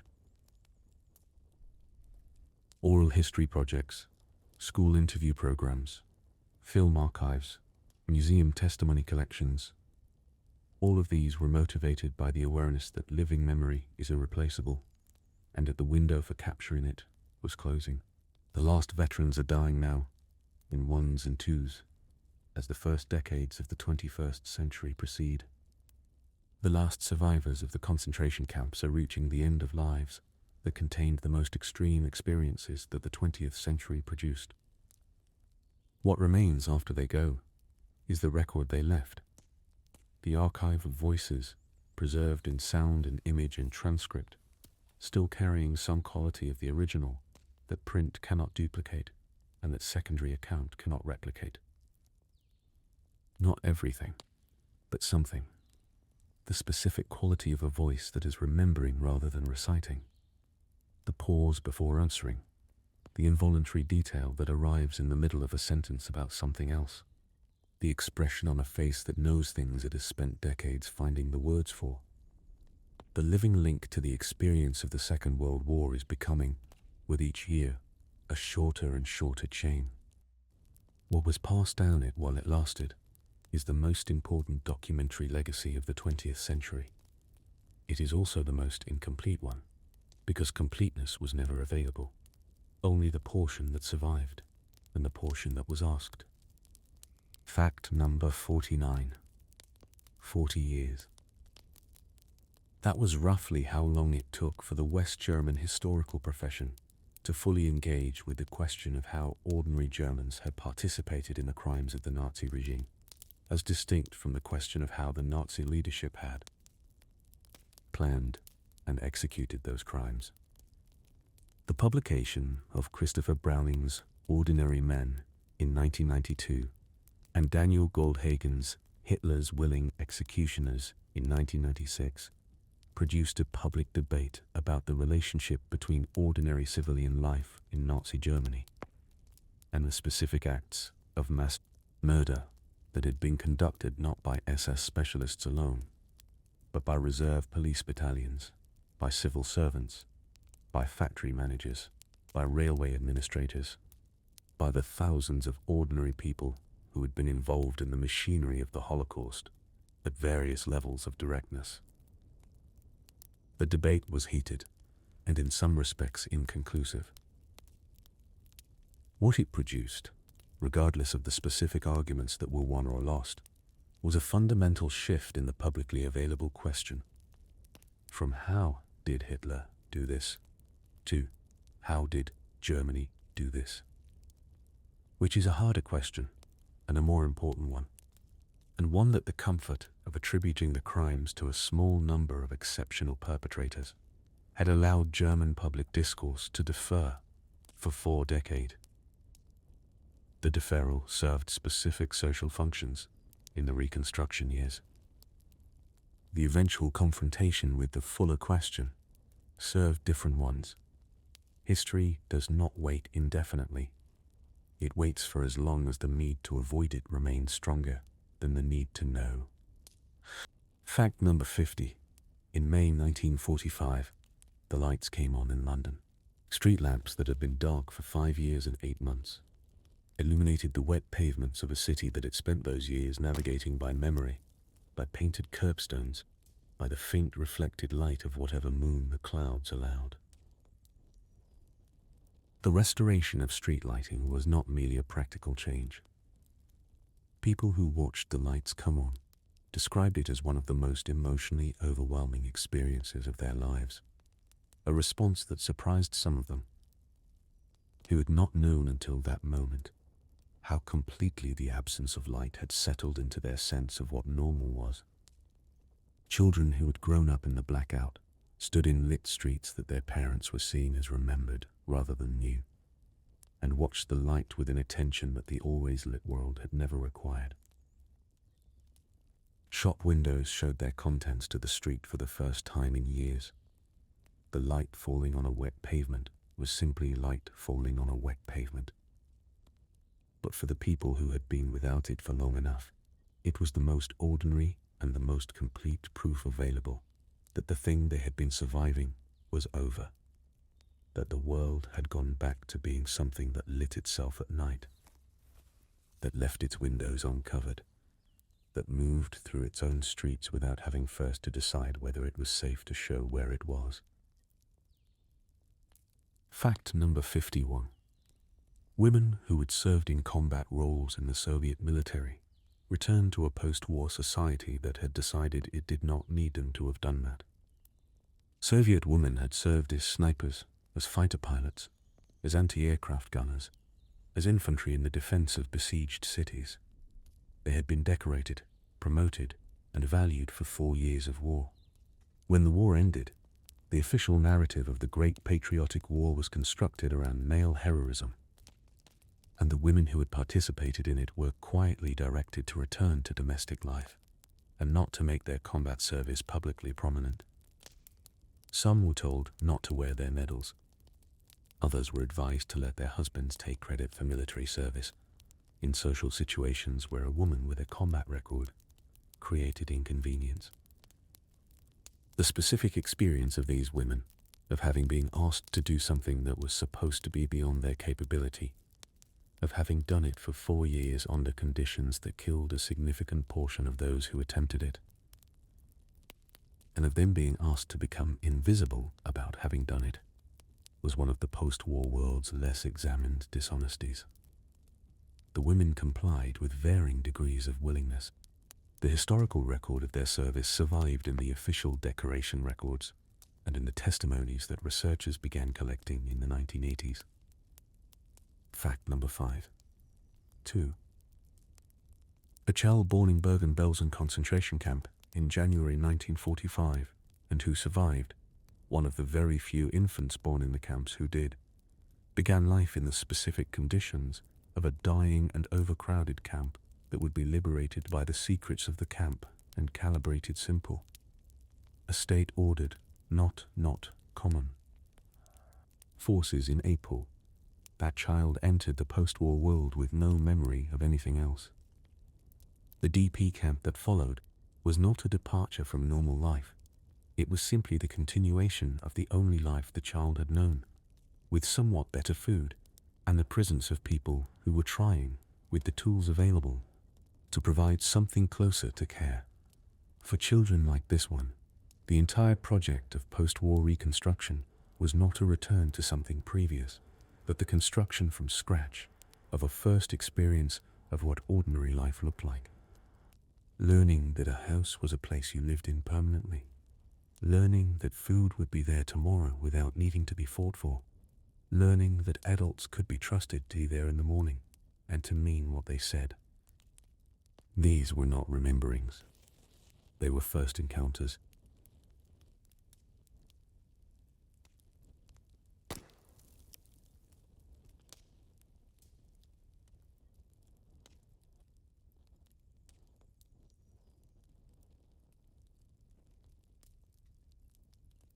The post-war world that adults were trying to rebuild was, for the youngest survivors of the camps, simply the world, encountered for the first time, at the age that it should have been encountered, in conditions that were better than what had come before, and that constituted, for a child who had no previous experience to compare them to, the entire available definition of what life could be.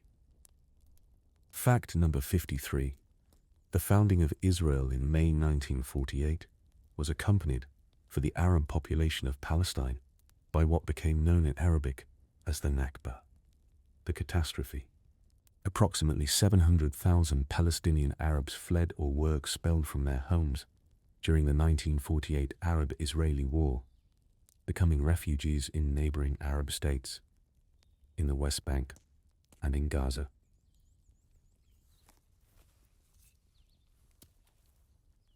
Villages were destroyed.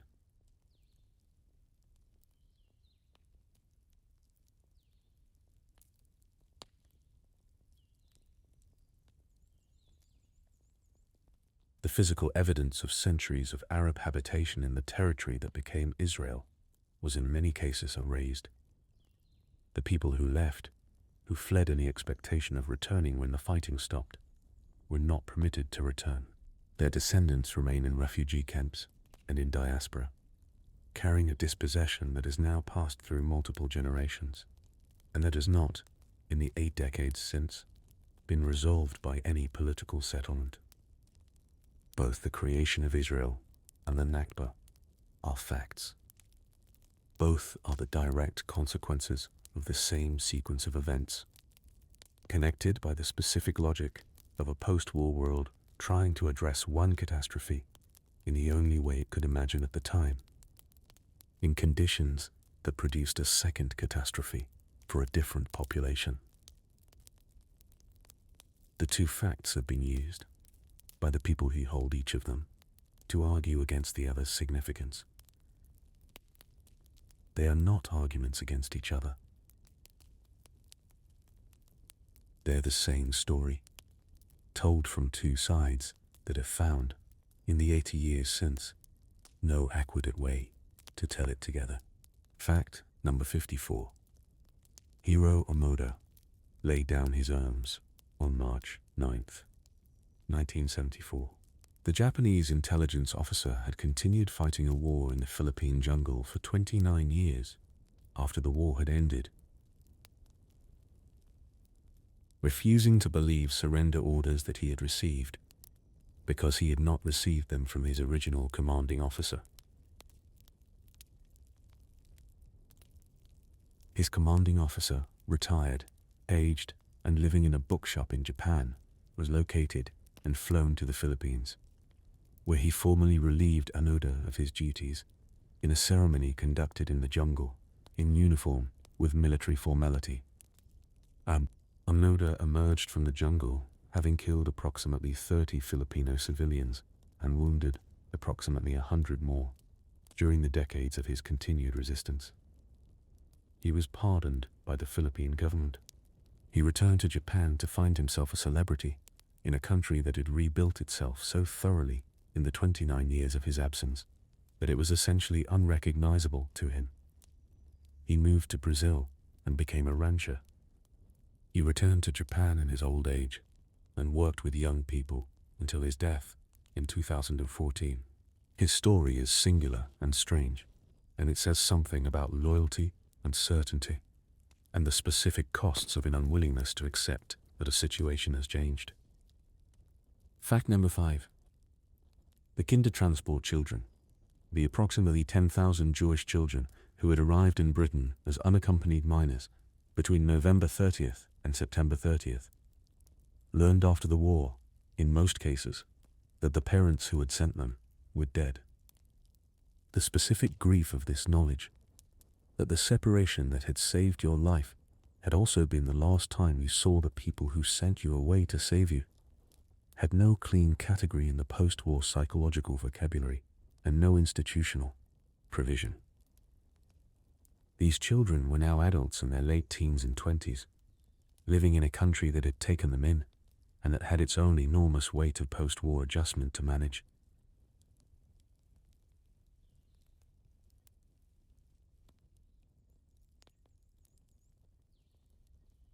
specific processing of their particular loss had to be done largely alone, in the spaces between the daily demands of building a new life in a new country.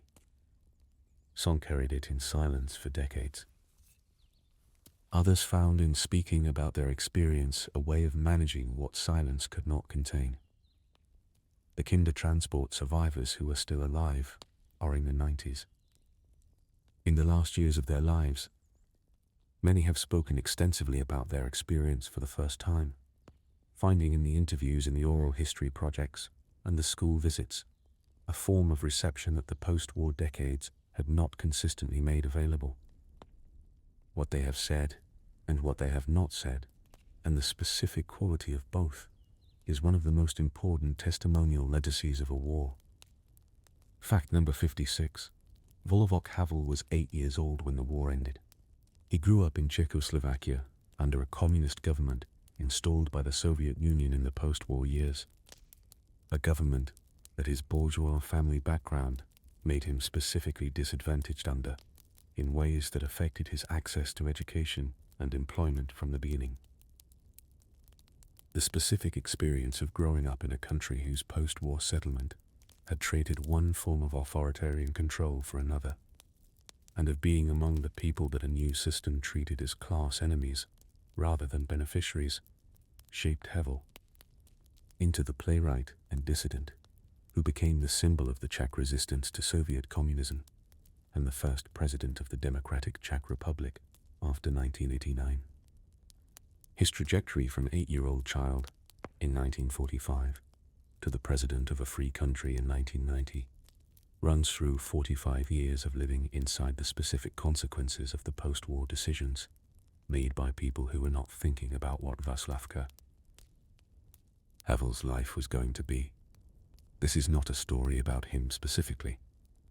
It is a story about the 45 years that the post-war settlement in Eastern Europe required millions of ordinary people to live through before the freedom that the war had supposedly been fought for arrived, late, imperfect, and received by a generation that had spent their entire adult lives waiting for it.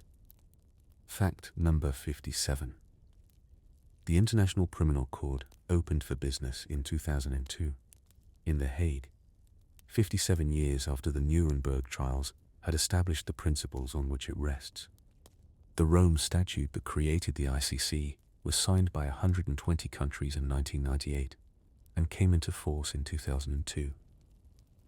The court has jurisdiction over genocide, crimes against humanity, war crimes, and the crime of aggression.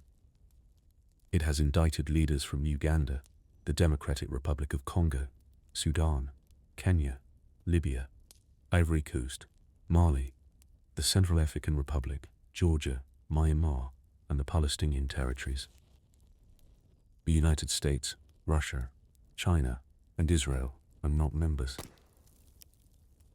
The ICC has been criticized for focusing disproportionately on African defendants while leaving Western perpetrators of similar acts unprosecuted, a criticism that has considerable empirical support and that the court has responded to with varying fault-breeding degrees of success in the years since. The principle that the court embodies, that there is a category of human conduct that no national sovereignty can legitimize, that some crimes are the business of all humanity and not only of the states in whose territory they occur, was established at Nuremberg and has survived the 7 decades since, tested in every decade, imperfectly applied in every decade, and not yet successfully refuted. The principle is stronger than its application. That has always been true of principles. It does not make the principle wrong. Fact number 5. 8. 3 million people were displaced in Korea when the armistice ended the Korean War in 1953. People separated from their families by the division of the peninsula who had hoped to return after the fighting stopped. And he discovered that the end of death, armistice had fixed the border more permanently than the war that preceded it. Families divided between North and South Korea have remained divided ever since. A small number of official reunion events, organized by the two governments over the decades, have allowed brief meetings between elderly family members who were separated as children or young adults, and who have spent the intervening decades carrying the specific form of loss that is produced by someone being alive somewhere you cannot reach them. Some waited for reunions that never came, people who died before the official programs were established, or who were not selected from the thousands who applied, or whose family members in the north had died or could not be located. The division of Korea produced, in the lives of its civilian population, a form of grief that combines the loss of bereavement with the specific additional pain of knowing that the person is still there, still alive, in a country 30 miles away that might as well be on the other side of the world.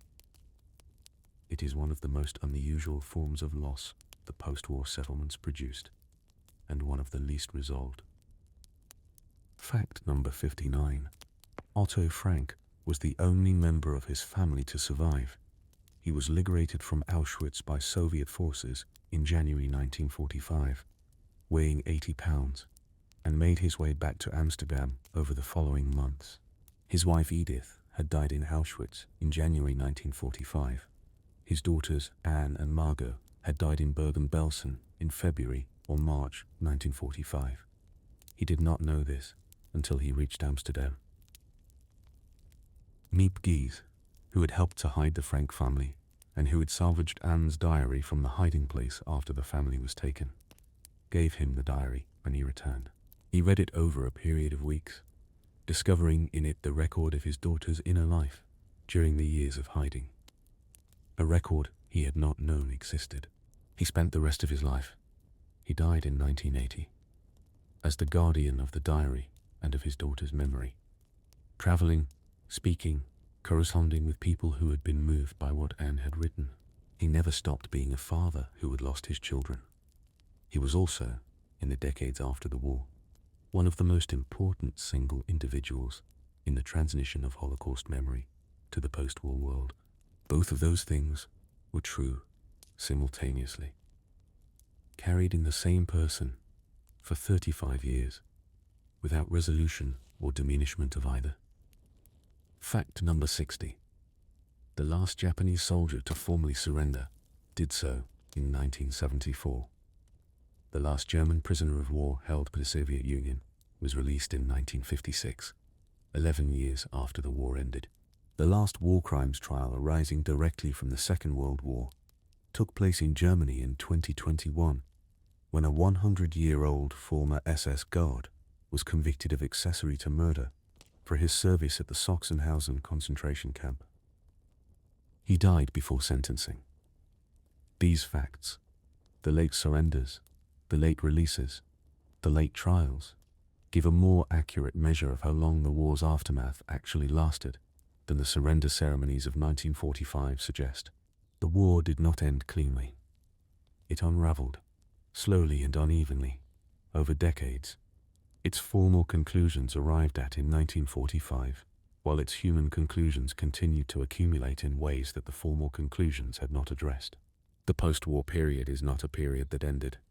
It is a condition that has been modifying, gradually, in the direction of resolution, without ever fully arriving there. The bombs are still in the ground. The families are still separated. The archives are still being opened.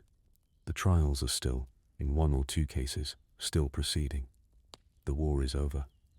What it left behind is still here, still present, still asking questions of the world it made. And the world it made is still, in ways both obvious and invisible, the world we live in. Fact number 61. The Marshall Plan's architects built an evaluation mechanism into the program from the beginning. They wanted to know whether the mini was working, and they created institutions to measure it.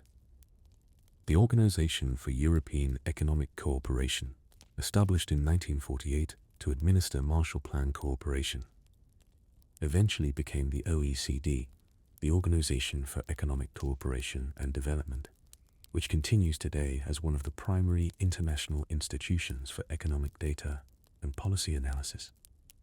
The World Bank and the International Monetary Fund, created at Bretton Woods in 1944, continue to function. The General Agreement on Tariffs and Trade, signed in 1947, became the World Trade Organization in 1995. The institutional architecture of the post-war international economic order has proven more durable than its political counterpart. The institutions built to manage trade and monetary policy have survived and adapted through 8 decades of changing substitute economic conditions, while the political institutions built to maintain peace have been more frequently challenged and more unevenly effective. Whether this says something about economics being less politically contentious than security, or about the specific quality of the economic institutions that were built, or about the relationship between prosperity and peace that the Marshall Plan had theorized, is a question that economists and political scientists have been debating since the institutions. Fact number 6. 2. A generation of German historians who came of age in the 1960s, born just before or during the war, raised in the silence about the past that the Federal Republic's forward-looking Reconstruction narrative had produced, began asking, systematically and in public, questions about the relationship between ordinary German society and the crimes of the Nazi regime that their parents' generation had not asked. The Historikerstreit, the historians' controversy, of the 1980s was a public debate about whether the Nazi crimes were historically unique or whether they could be placed in a comparative framework with other 20th century state atrocities. The debate was uncomfortable and productive simultaneously, forcing a public engagement with questions about historical responsibility and national identity that the previous decades had managed to defer. The German historical reckoning with the Nazi period, imperfect, contested, still ongoing, has been more thorough than that of any other perpetrator nation in recent history. The permanent exhibition at the Memorial to the Murdered Jews of Europe in Berlin opened in 2005 in the heart of the reunified German capital, makes a specific statement about what a nation owes to the people it murdered, not the erasure of the crime, but its permanent and central acknowledgement. Built into the landscape of the capital at the point of highest visibility. Available to anyone who walks through it. Fact number 63.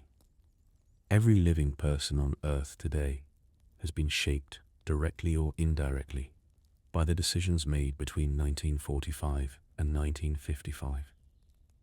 The borders of most of the world's countries were drawn or redrawn in those years.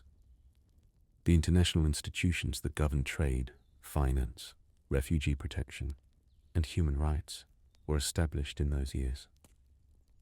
The nuclear arsenals whose existence has defined the strategic environment of every subsequent decade were built on the foundation of the technology developed in those years. The decolonization movements that created most of the world's current nation-states were accelerated by the war's demonstration that European imperial power was not invincible and not permanent. The specific form of global capitalism that has organized economic life for most of the world's population since the 1950s was built on the Bretton Woods institutions and the trading relationships that the post-war settlement established. The Cold War that defined international politics for 45 years after the war ended was the direct product of the specific way the war was won and the specific decisions made about what to do with the victory. None of this is ancient history. All of it is the immediate past of the world you live in, close enough to touch if you know where to reach. The people who made those decisions are gone. Fact number 6.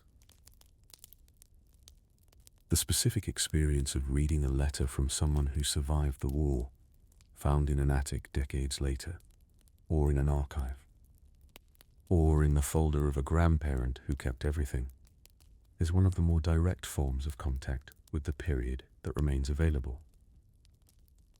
The letters do not always say what the writer most wanted to say. They were written under censorship. under the constraint of not wanting to frighten the recipient, under the awareness that the one word could have consequences. But they say something. They say that a specific person existed on a specific day and thought of a specific other person specifically enough to put it on paper. A sense of doubt. Doubt is wild. They say that the postal service was still running, that the writer had enough calm to sit down, that the need to stay present in a relationship was stronger than the exhaustion of the circumstances. Reading them now, in a quiet room, at whatever hour has brought you to this collection of facts. You are close to something that is not the past, but is a line from the past to the present. The specific human warmth of someone who had no way of knowing you would exist, writing to someone they loved, in circumstances that had done their best to make love feel like a luxury that the times could not afford. They wrote anyway. The letters survived. You are reading them. This is what it means for something to last. Fact number 65. The specific experience of veterans returning to ordinary civilian life and finding that the civilian world had no adequate language for what they had been through was documented in the literature of every combatant nation in the post-war decades. In the novels, the poems, the films, the plays that tried to make the war speakable in the domestic register of peacetime. Some veterans wrote about it directly. Others never spoke about it at all and expressed what they carried in the specific emotional textures of their households, the things they could not do, the sounds they could not tolerate, the particular way they checked the exits when they entered a room, the dreams that came in the hours before dawn and that they did not describe to the people sleeping beside them.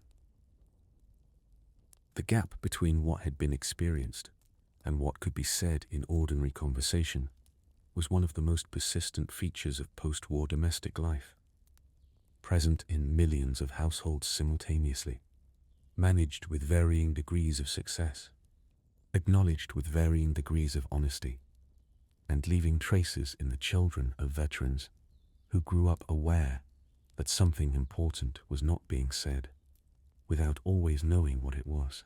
The literature that eventually named these things, that created a language adequate to the experience of men and women who had been through the war, arrived slowly, in pieces, as the cultural permission to speak about it accurately accumulated over years.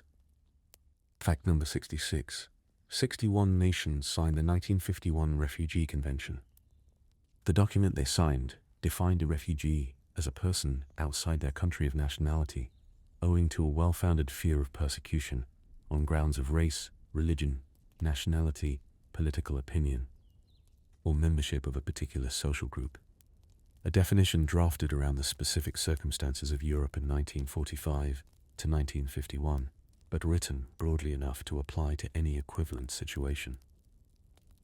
The convention established the principle of non-refoulement, that a refugee cannot be returned to a country where they face serious threats to their life or freedom. It created, for the first time in international law, a recognized legal status for people who had been displaced from their countries and who could not return to them. Before 1951, there was no such status. The people in the DP camps of 1945 had no international legal recognition of their rights. The convention was the direct institutional response to the specific failure of the pre-war international order to protect those people, and to the recognition that the failure had contributed materially to the conditions in which the Holocaust had been possible. 70 years after the convention came into force, the world contains approximately 100 million displaced people, the largest number since the Second World War. Fact number 67. A man named Primo Levi worked as a chemist in a paint factory in Turin for 30 years after the war. He had survived Auschwitz.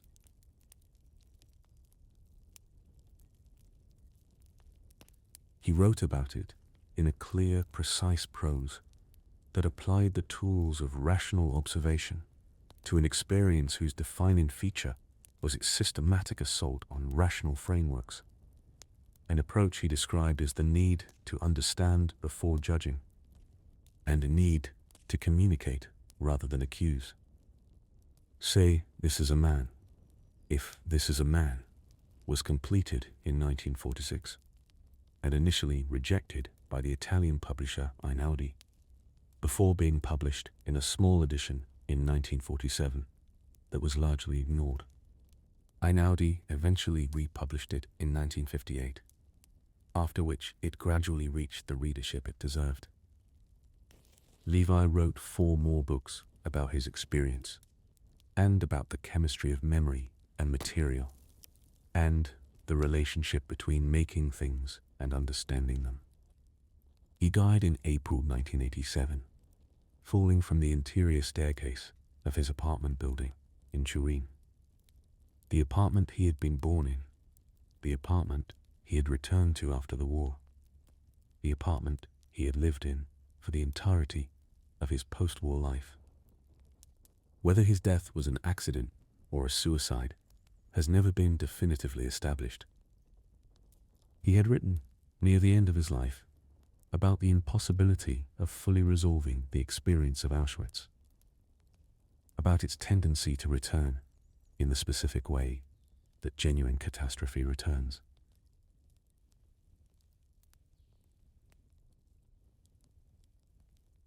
Fact number 6. The specific experience of the post-war years in Japan, the rapid transformation from militarized imperial society to constitutional democracy, the economic miracle, the specific relationship to the atomic bombs and their survivors, produced a national memory of the war that emphasized Japanese victimhood, while being significantly less explicit about Japanese responsibility for the war's initiation and for the plan, crimes committed by Japanese military forces across Asia. The Yasukuni Shrine in Tokyo, which commemorates Japan's war dead, including 14 Class A war criminals, has been a source of diplomatic tension whenever Japanese political leaders visit it. The countries of Asia, whose populations suffered under Japanese occupation, have found in Japan's post-war memory framework a persistent source of grievance that has complicated regional relationships in every decade since the war. This is not a simple situation. Japan has made substantial reparation payments, has expressed official regret in various forms, and Japanese civil society has produced significant critical engagement with the wartime past. The gap between what that engagement has produced and what China and Korea and the Philippines have found sufficient is real and has not been fully closed. The specific difficulty of Japan's post-war memory is partly a matter of political will and partly a matter of the specific way that Japan's defeat and occupation were managed, in ways that preserved enough. Fact number 69. Henry Rousseau called it the Vichy syndrome, the specific French difficulty in fully acknowledging the extent of French complicity in the persecution of Jews and the collaboration of French institutions with German occupation. The myth of a France that had been predominantly resistant, in which collaborators were a small, unrepresentative minority, was built in the immediate post-war years under de Gaulle's authority and served the specific function of reconstituting French national unity from the specific divisions that the occupation had created. The myth required maintenance, the marginalization of evidence that contradicted it, and the maintenance became increasingly difficult as the post-war decade passed.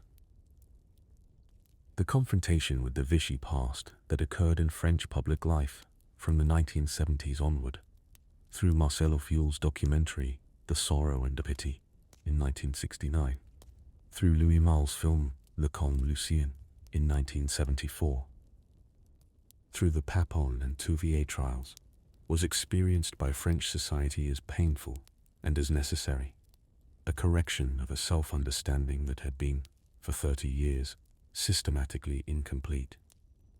President Jacques Chirac's 1995 speech, acknowledging France's responsibility for the deportation of Jews, was the first time a French head of state had said directly what the post-war narrative had spent 50 years managing around. Fact number 7. The specific experience of the cold in Berlin in the winter of 1946 to 1947 was documented by relief workers and occupation authorities with a specificity that makes it possible to know, in material detail, what it felt like to live in a bombed city without heat. Temperatures in Berlin that winter fell to minus 22 degrees Celsius. Wood had been burned, furniture had been burned. The trees in the Tiergarten, the great central park, had been cut down for fuel, and the stumps were visible in photographs.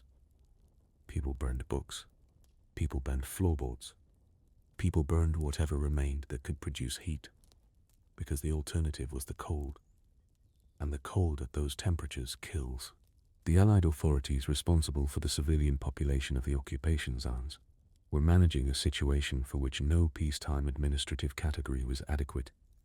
Millions of civilians and ruined cities without fuel or adequate food. In a winter that was the coldest in living memory, in a Europe that was already at the edge of what its civilian populations could sustain. The Marshall Plan that was announced 6 months later in June 1947 was the direct response to what that winter had demonstrated, that the economic stabilization of Europe was not a geopolitical preference, but an emergency. And that the emergency was happening now, in ruined cities, to people who were cold and hungry, and who had just survived a war that had been supposed to end the worst.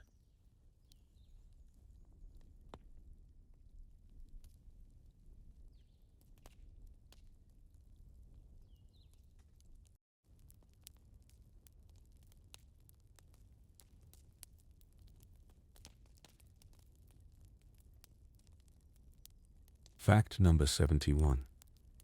The specific experience of building the first post-war house, the council house, the suburban development, the new town flat, was described the people who moved into them in terms that were remarkably consistent across different countries and different types of housing. An indoor bathroom, hot water from a tap, a kitchen with a proper stove, a room for the children that was separate from the room for the adults, a garden, central heating.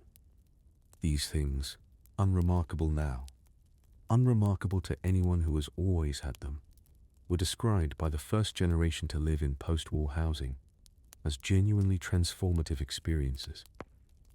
People who had grown up in back-to-back terraces without indoor plumbing, who had heated water in pots on coal fires, whose children had slept in the same room as their parents because there was no other room.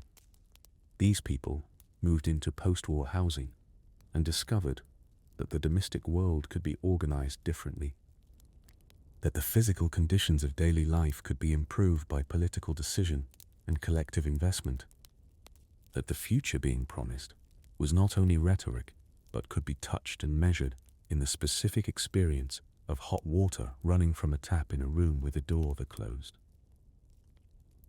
The welfare states built this housing. Fact number 7. 2. A single decision made in 1945 by Douglas MacArthur, the decision not to try Emperor Hirohito for war crimes, shaped Japanese political culture for the subsequent decades in ways that the decision-makers acknowledged they were making and that the USSC remains. Subsequent decades confirmed. MacArthur's calculation was that the emperor's continued presence would ease the transition to occupation governance, that the social stability the occupation required depended on maintaining the imperial institution. The calculation was correct in the narrow sense. The occupation proceeded more smoothly than it might otherwise have done. The cost was the specific ambiguity about imperial responsibility that the decision introduced into Japanese post-war memory.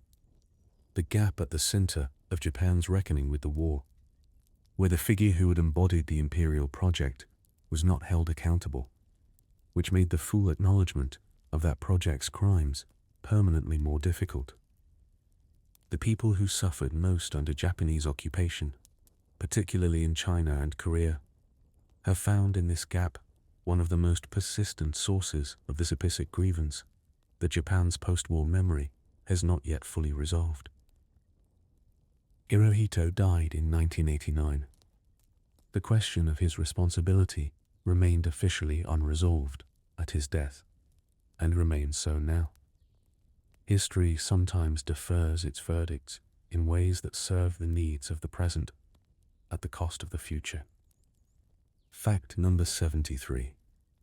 16 million people were displaced or killed. 6 million Jews were murdered in the Holocaust. 27 million Soviet citizens died. These are the numbers that the war produced, and they are the numbers that resist comprehension in the specific way that numbers of sufficient size resisted. They are accurate, and they are not enough. They convey scale, and they do not convey truth. They tell you the magnitude, and they cannot tell you the weight. The post-war project of naming, the memorials that inscribe individual names rather than aggregate numbers, the databases of Holocaust victims that the Yad Vashem Institute has been compiling since 1953, and that now contains the names of approximately 4.8 million of the 6 million, was a response to this specific inadequacy.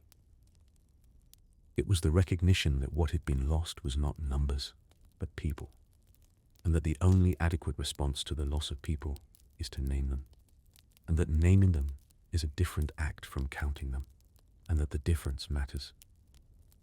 The wall of names at the Shoah Memorial in Paris contains 76,000 names, the names of every French Jew deported to the camps, inscribed in alphabetical order on glass walls that visitors walk between. The names do not represent the number. They are the specific people who were the number. Fact number 7. 4. The specific experience of the grandchild asking the grandparent about the war at a kitchen table for a school project in the last years before the grandparent was too old to speak clearly was one of the primary mechanisms of transmission across the generational gap. The grandparent generation had, in many cases, spent the decades between the war and the asking, managing those memories in private, not suppressed exactly, but held in a register that the forward-looking orientation of the post-war decades had not routinely provided occasion to open.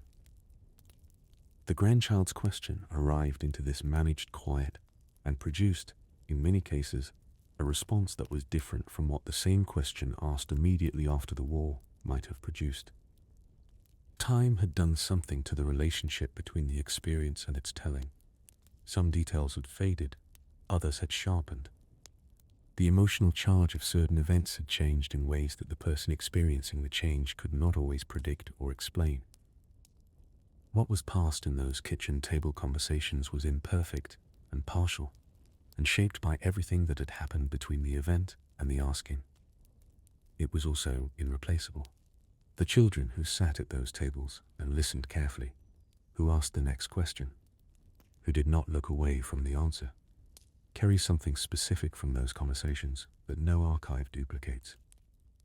Not the facts. Fact number 75.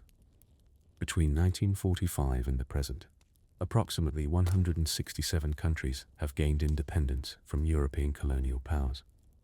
The Second World War did not cause decolonization. The movements that produced it had been building for decades, but it accelerated it decisively in two ways simultaneously. It demonstrated that European military power was not invincible. Japan had shown that Asian forces could defeat European ones, and the German occupation of Western Europe had shown that European powers could be defeated and occupied.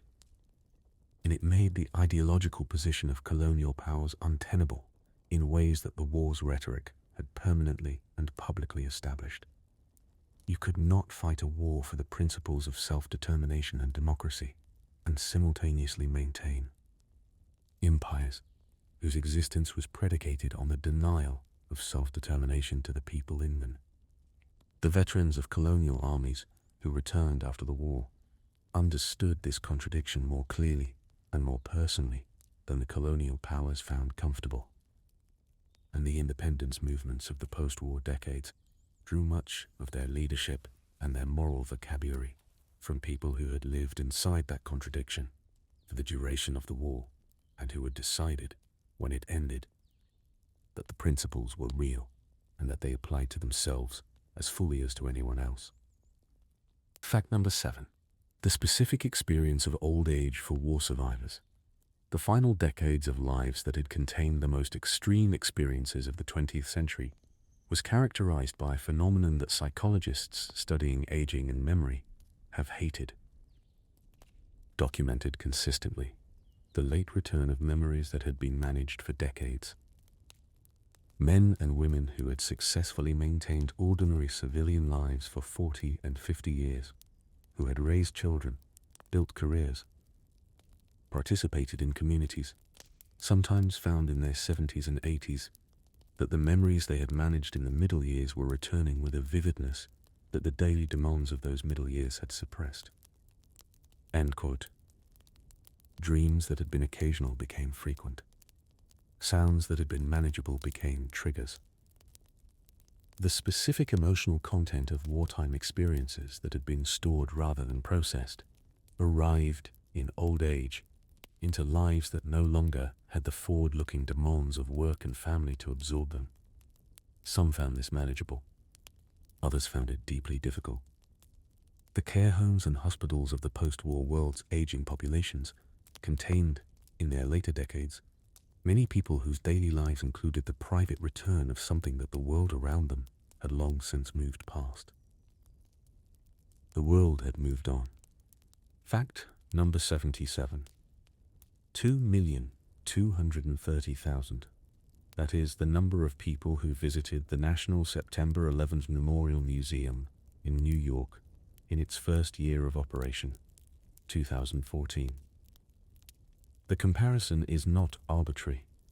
The ways in which the 9/11 Memorial draws on the commemorative practices developed around Holocaust memory and the practices developed around Second World War commemoration generally, the use of individual names, the display of personal objects, the provision of testimony, the architectural language of dissent and emergence, illustrates the degree to which the post-war decades' development of a culture of atrocity commemoration shaped subsequent practices for marking catastrophic loss.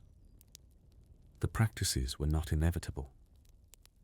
They were developed, deliberately and thoughtfully, by the people who created the first Holocaust memorials in the 1950s and 1960s, and who were making specific decisions about what commemoration was for and how it should work. The Yad Vashem Memorial in Jerusalem, the United States Holocaust Memorial Museum in Washington, the Memorial to the Murdered Jews of Europe in Berlin.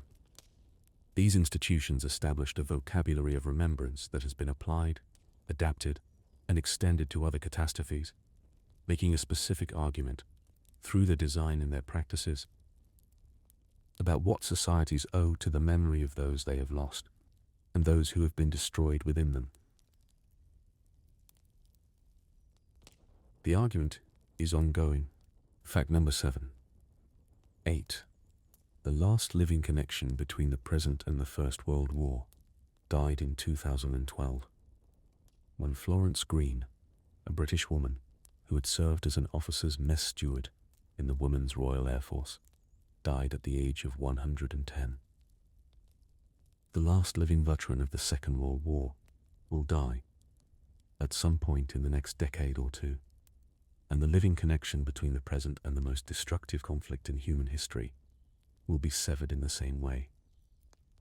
This is a fact about time rather than about the war, but it is also a fact about memory and about what happens to experience when the last person who contains it is gone. The war does not end when its last survivor dies. The consequences of it continue in the borders it drew, the institutions it created, the nuclear arsenals it made necessary, the decolonization it accelerated, the human rights framework it produced. but something specific ends. The voice that says, "I was there." The face that remembers. The specific bodily knowledge that no historical account can replicate. What remains after the last survivor is gone is the record, the documents, the testimony, the photographs, the films, the memorials, the history.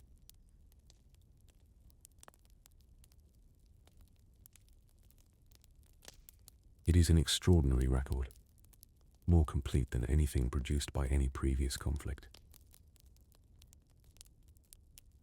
It is not the same thing as the experience it records. It is what we will have. It is, in the end, what we are already making of it, which is this.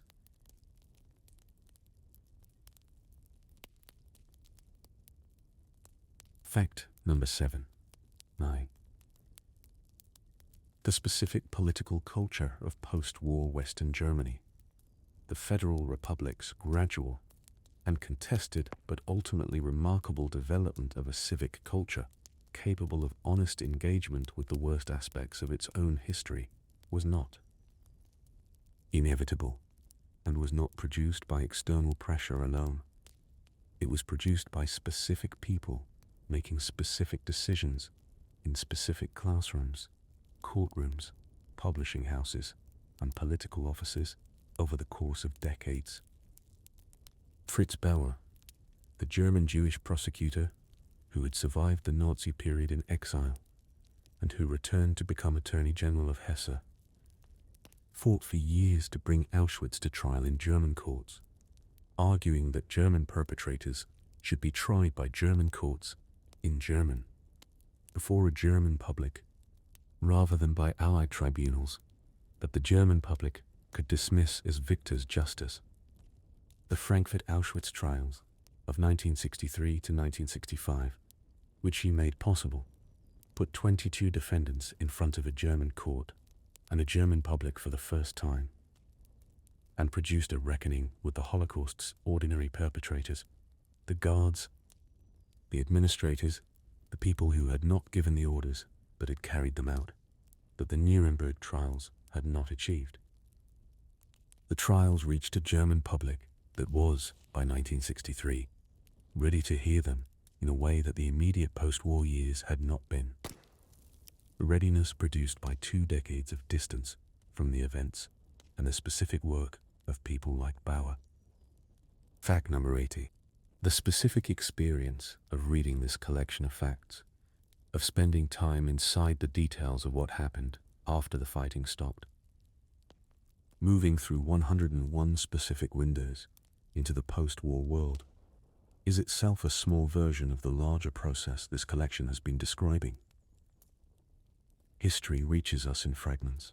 We assemble them into something that feels like understanding, knowing that the assembly is never complete, that every fragment represents dozens that were lost, that the picture we construct from what survived is always partial and always shaped by the priorities of whoever gathered the pieces.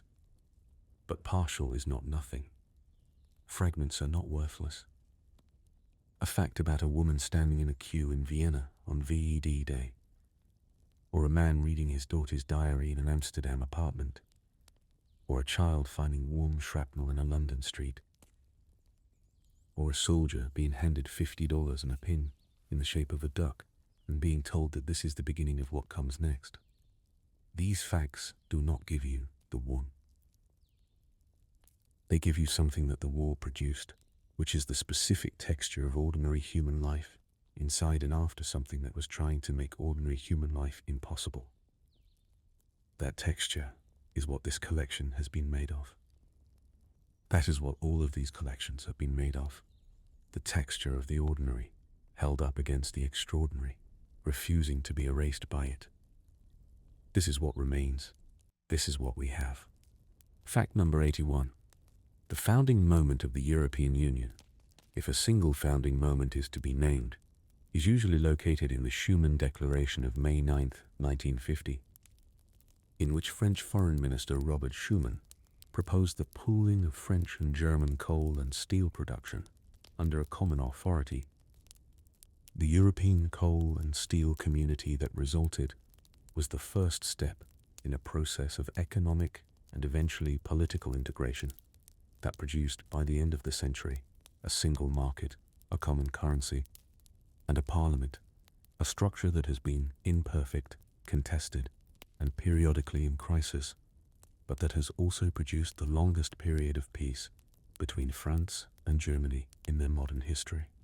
The specific motivation behind the Schuman Declaration was the recognition that the wars of the first half of the 20th century had been produced, in part, by the specific combination of national industrial competition and national political resentment that the post-war settlement needed to address at the structural level if it was to produce a different outcome. The reasoning was, make the war industries of France and Germany so thoroughly interdependent that the option of using them against each other becomes practically and economically unavailable. The reasoning worked, in the sense that France and Germany have not gone to war since.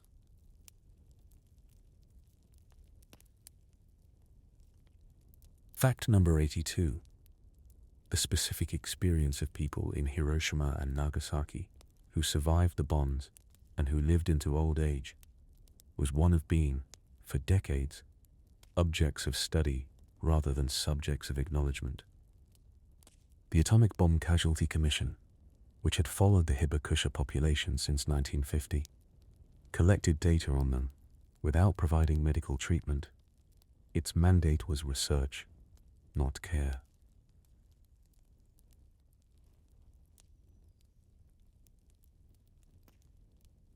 The Hibakusha received Japanese government support, eventually, in the form of medical examinations and welfare payments, established by the Atomic Bomb Survivors Relief Law of 1994. But the decades between the bombing and the formal acknowledgement of their status was spent, for many survivors, managing the specific combination of radiation-related health problems, social discrimination, and the absence of adequate institutional support that their situation required.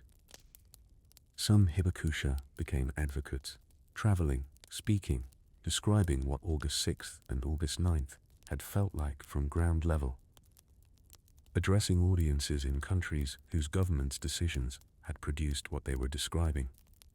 But Setsuko Thurlow, a Hibakusha who has spent decades as a nuclear disarmament activist, delivered a speech in Oslo in 2017 when the international campaign to abolish nuclear weapons received the Nobel Peace Prize. She was 14 years old on August 6, 1945. She described seeing her classmates burning. Fact number 83. The specific experience of the post-war decades in Britain for working-class communities, the council estates, the expanded education system, the NHS, the full employment that characterized the 1950s and 1960s, was not experienced as abstract political achievement. It was experienced as the specific material fact of a life that was measurably better than the one that had preceded it. People who had grown up without access to secondary education sent their children to grammar schools and then to universities on grants that covered their full costs.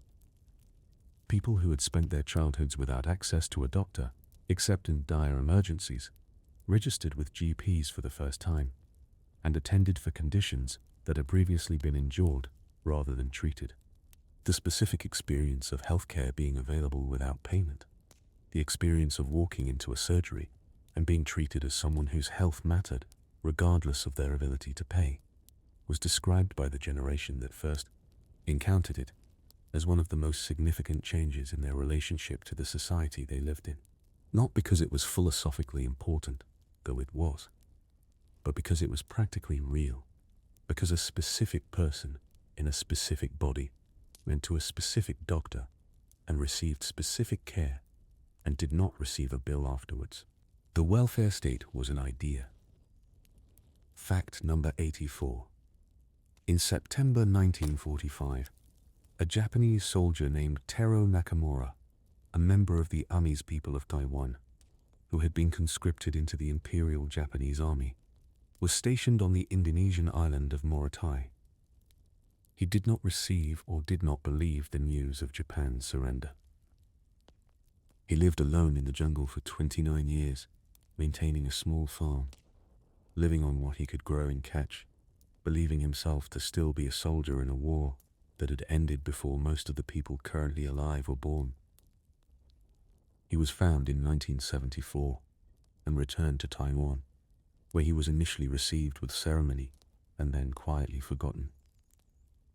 The government most interested in his story being Japan's, whose government had also been conscripted into the business of acknowledging the specific experiences of colonial subjects who had served under the Japanese flag. He was the last known soldier of the Second World War to surrender. He died in 1979. His story is quieter than Onoda's and less discussed, partly because he was not Japanese, and partly because his experience raised questions about the specific relationship between colonial service and national memory that neither Japan nor Taiwan found straightforwardly comfortable. He had been a soldier in an army that was not his country's, fighting a war that was not his choice, in a jungle that was not his home, for 30 years after the war that had put him there was over. Fact number 85.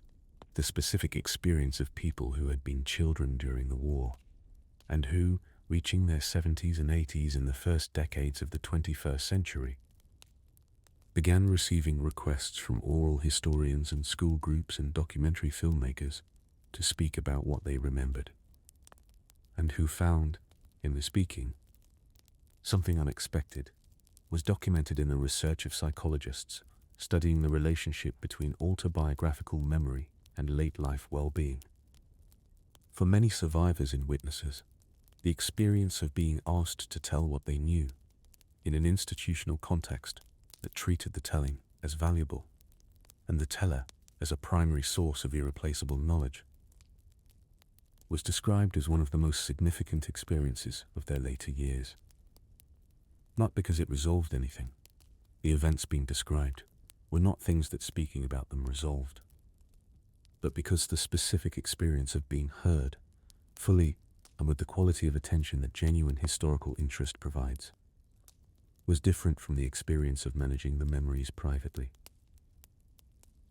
The transformation of private knowledge into shared knowledge, of personal experience into historical record, offered something that was not healing in any clinical sense, but was something adjacent to it.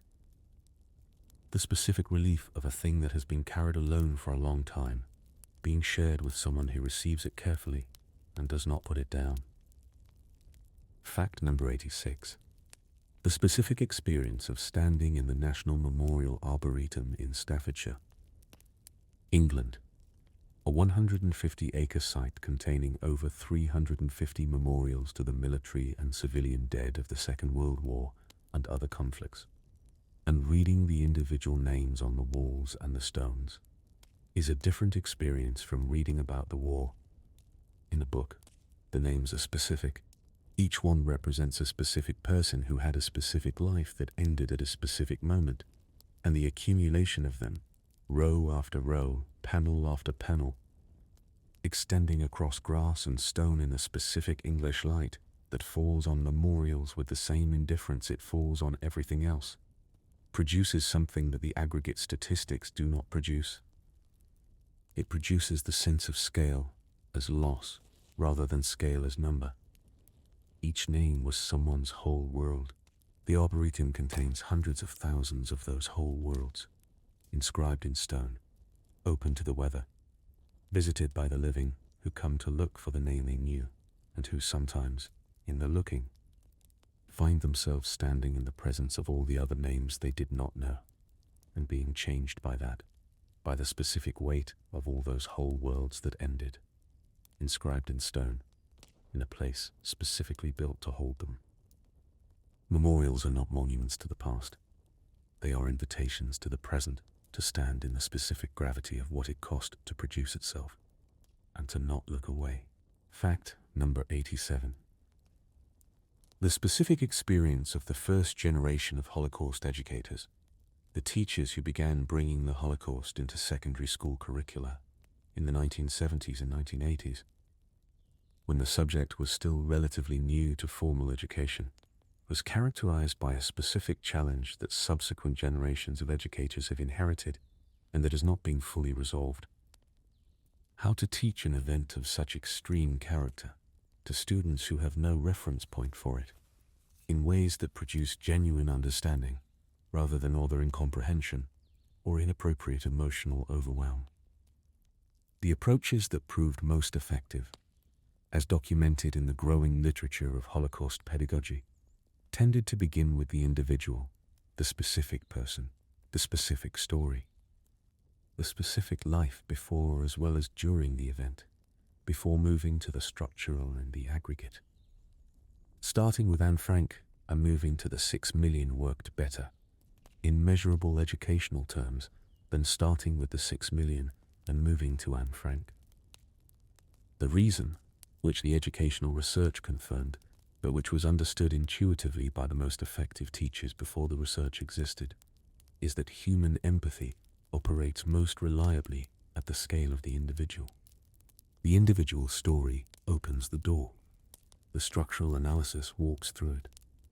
The sequence matters. The door has to be opened first. Fact number 8. The specific experience of the Cold War, 45 years of superpower competition, that organized the political life of most of the world's population, maintained nuclear arsenals capable of ending human civilization, and produced a series of proxy conflicts that killed millions of people in Korea, Vietnam, Angola, Afghanistan, and elsewhere, was the direct product of the specific way the Second World War ended. The two superpowers that emerged from the war, the United States and the Soviet Union, had been allied by necessity against a common enemy, and were divided by everything else, by ideology, by economic system, by geopolitical ambition, by the specific memories each carried of what the war had cost them, and what the post-war world owed them in return. The Cold War was not an accident.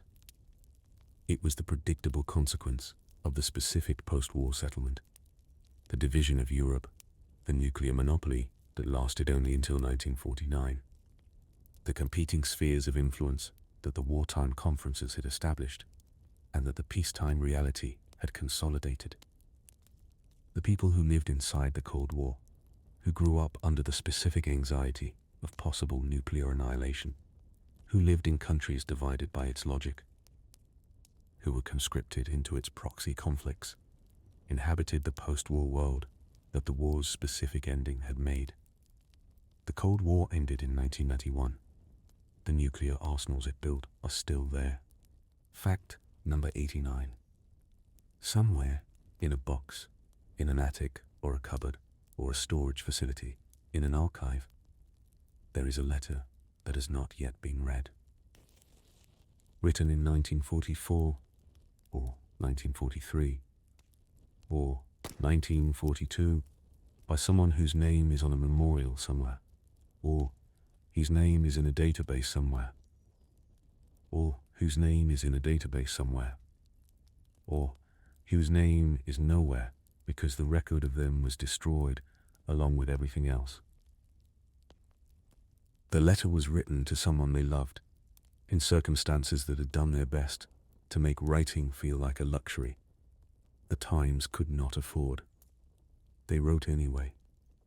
The letter survived, through the bombing, through the displacement, through the deaths of the people it was written for, through the decades of drawers and boxes and eventually archive shelves that constitute the physical journey of paper from a moment of writing to the present. It has not been read yet. Somewhere it exists, patient and specific, containing what it always contained, the specific person who wrote it, still present in the handwriting, still addressing someone who is no longer there, still saying whatever the censorship and the care for the reader and the inadequacy of language in extremis allowed them to say, and whatever they were unable to say, pressing against the edges of every line. The reading of it, when it happens, will be a form of meeting across 8 decades of time. The letter will do what it was always meant to do: arrive, be received, carry something of the person who sent it into the presence of whoever opens it.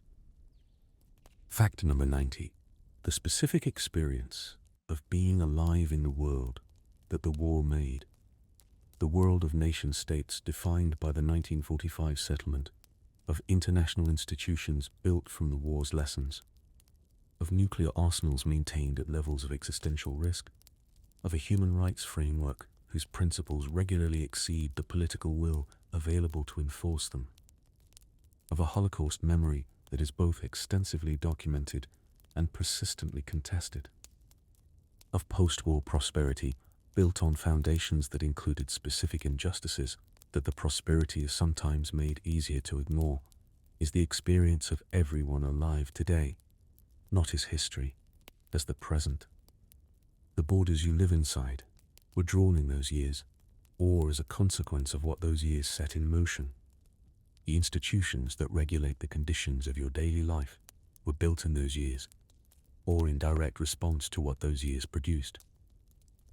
The specific anxieties of the present, about the durability of democratic institutions, about the maintenance of international law, about the management of weapons capable of ending civilization, are the anxieties that the war bequeathed. None of this is ancient.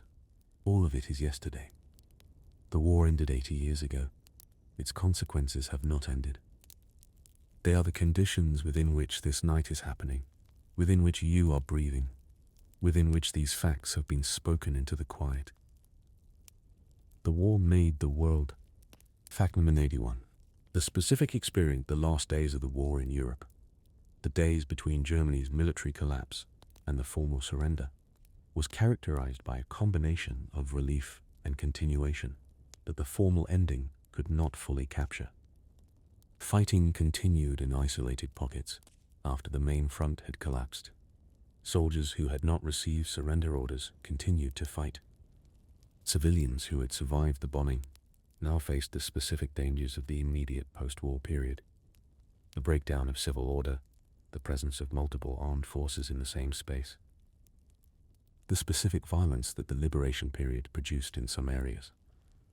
VE Day, May 8, 1945, was both the end of the war in the official sense and one point on a continuum of ending that stretched back weeks and forward months. The photographs from that day show celebration. The photographs that were not taken show the queues and the ruins and the people trying to find out what had happened to the people they loved. Both were happening simultaneously, in the same cities, among the same populations. The celebration was real and it was deserved. The continuation of difficulty that it sat alongside was also real and also deserved acknowledgement. History chose the celebration for its representative image. Fact number 92. The specific experience of being the child of a survivor, of growing up in a household shaped by an experience that was never fully explained and was never fully absent, was documented by the second generation in a body of literature and testimony that began emerging in the 1980s, and that has been one of the more significant developments in the post-war culture of Holocaust memory. The children of survivors described growing up inside a specific kind of atmospheric knowledge, knowing that something enormous had happened, knowing that it had shaped the person who was raising them in ways that had consequences for the child, knowing that the full story was available only in fragments and silences, and the specific emotional textures of a household that had been formed by something it had not fully been able to process. The psychologist Marianne Hirsch called this post-memory, the relationship that the generation after bears to the personal, collective, and cultural trauma of those who came before. A relationship so powerful and so present as to seem to constitute memories in their own right, although they are not memories in the literal sense. Post-memory is not unique to the children of Holocaust survivors. It is the condition of anyone who grows up in the aftermath of something that their parents survived and did not fully explain. Fact number 93. The specific experience of reconciliation between former enemies. The post-war relationship between France and Germany that eventually produced the European Union. The post-war relationship between Japan and the United States that produced one of the most stable bilateral alliances of the late 20th century. The specific acts of individual reconciliation between former soldiers on both sides that produced friendships, joint memorials, and regular exchange visits was one of the less expected features of the post-war period and one of the more instructive. Reconciliation between nations that had been at war is not automatic. It requires specific acts, apologies, reparations, institutional commitments, the construction of shared narratives that acknowledge what happened while creating space for a different relationship going forward. The Franco-German reconciliation, which was the foundation of the European project, required the specific courage of Adenauer and de Gaulle and their successors to prioritize the future relationship over the weight of the recent past, and the specific willingness of their populations to accept that the people on the other side of a recently concluded war were also people, capable of the same ordinary human life, the same ordinary human aspirations, the same ordinary human willingness to get on with things when the getting on with things was made possible. Reconciliation is not forgetting. Fact number 9.4. The specific experience of the first humans born after the end of the Second World War, born in the autumn of 1945 and the spring of 1946, the first generation whose entire lives would be lived in the world the war had made, by those people as anything other than ordinary life. They grew up inside the consequences of the war without knowing most of what those consequences were. They received the welfare state and the GI Bill and the Marshall Plan's effects and the post-war prosperity as the normal conditions of existence, rather than as the specific achievements of specific political decisions made in vain from CP inflection, specific historical circumstances. This is how it always works. Each generation receives the world it was born into as the world, unremarkable and simply there, and discovers only gradually and unevenly what it took to produce the conditions they are living in. The people who built the post-war world understood this.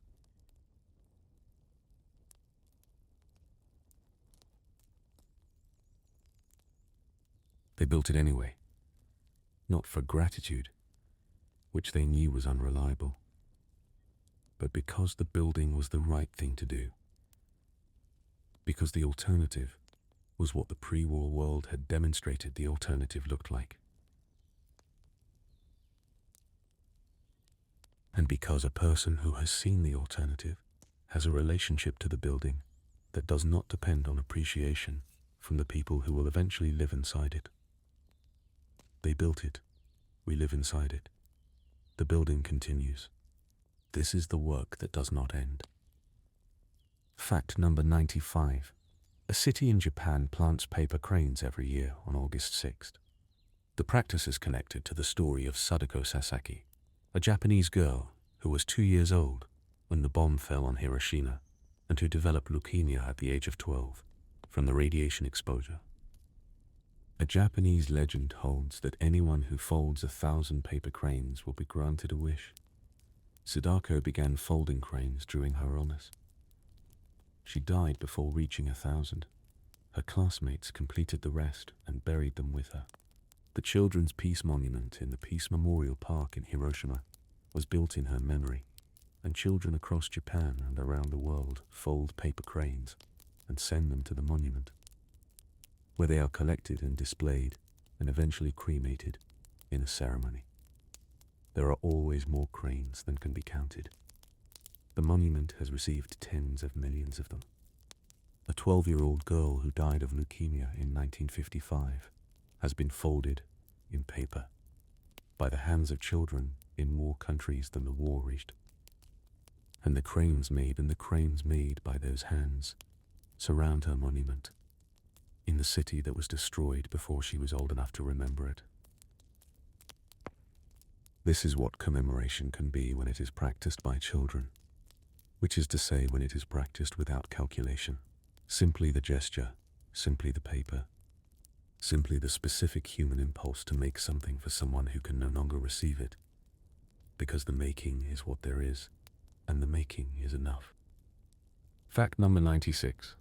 The specific experience of rereading these facts, if you have listened to all of them, if they have passed through you in the dark, one after another, in whatever order your attention and your weariness have allowed, is itself a form of encounter with the period they describe, not the encounter of the historian who comes to the evidence with specific questions and specific methods and specific responsibilities to accuracy and argument. Something quieter than that, and in some ways more direct, the encounter of a person in a room at night, in the specific kind of receptive attention that tiredness creates, where the barrier between what is being heard and what is being felt is lower than usual, and things can land more completely.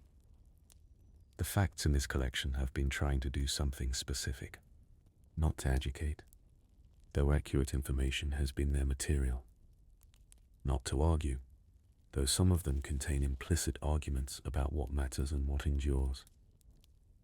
They have been trying to restore specificity to a period that is known mostly in the aggregate, to return to the individuals inside the large events, something of the tissue of their actual experience.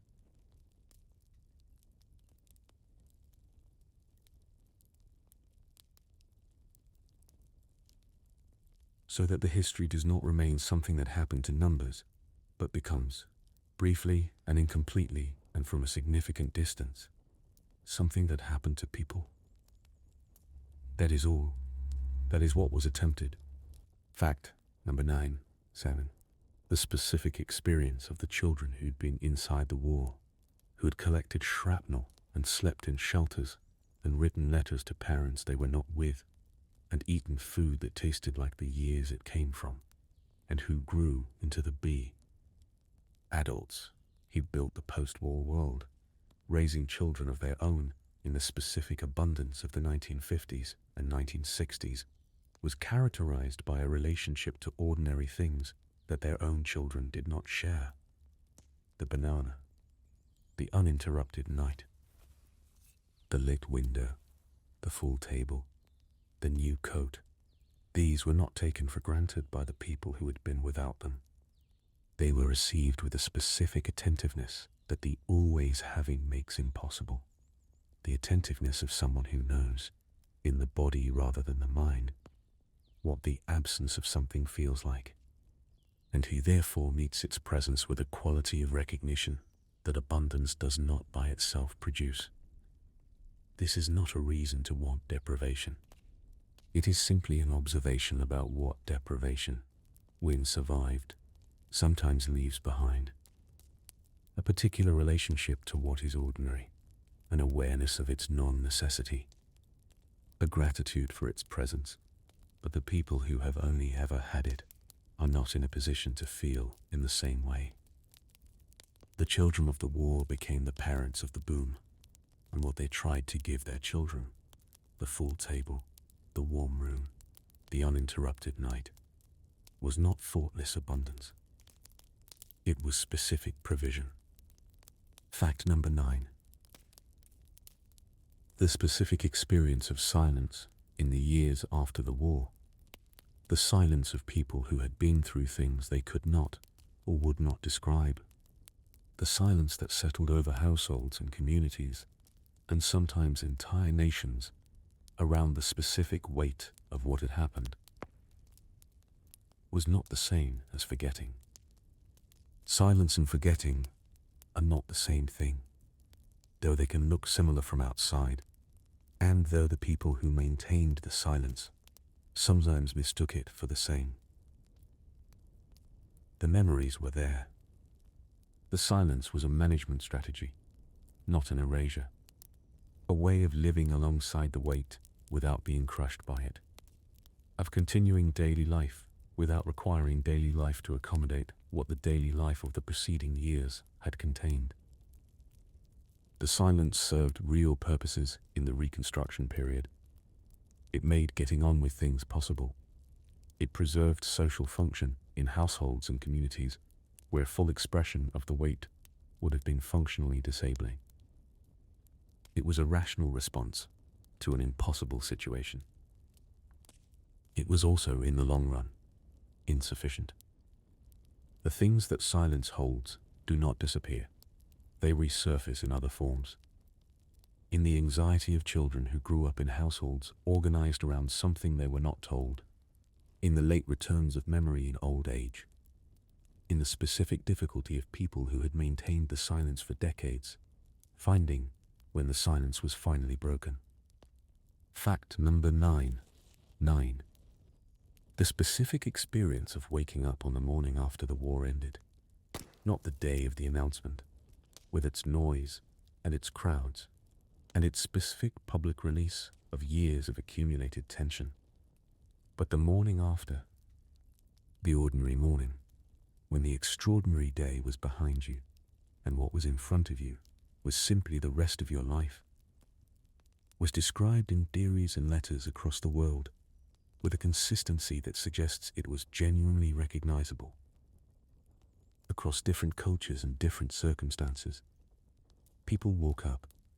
The familiar sensations of morning, the light, the temperature, the sounds from the street, were unchanged. The world looked like itself. And there was, alongside the relief and the gratitude, and the specific exhaustion of the years just concluded, a moment of not knowing quite what to do with the fact that it was over. A moment of adjustment to a present that did not require the specific quality of alertness and endurance that the war years had required. A moment of meeting the ordinary world and not yet knowing quite how to be in it again. The morning after is always like this. The very large thing ends and the small things remain. And the small things are where life is actually lived. And returning to them requires a recalibration that the large thing, while it was happening, had been made unnecessary. The war ended.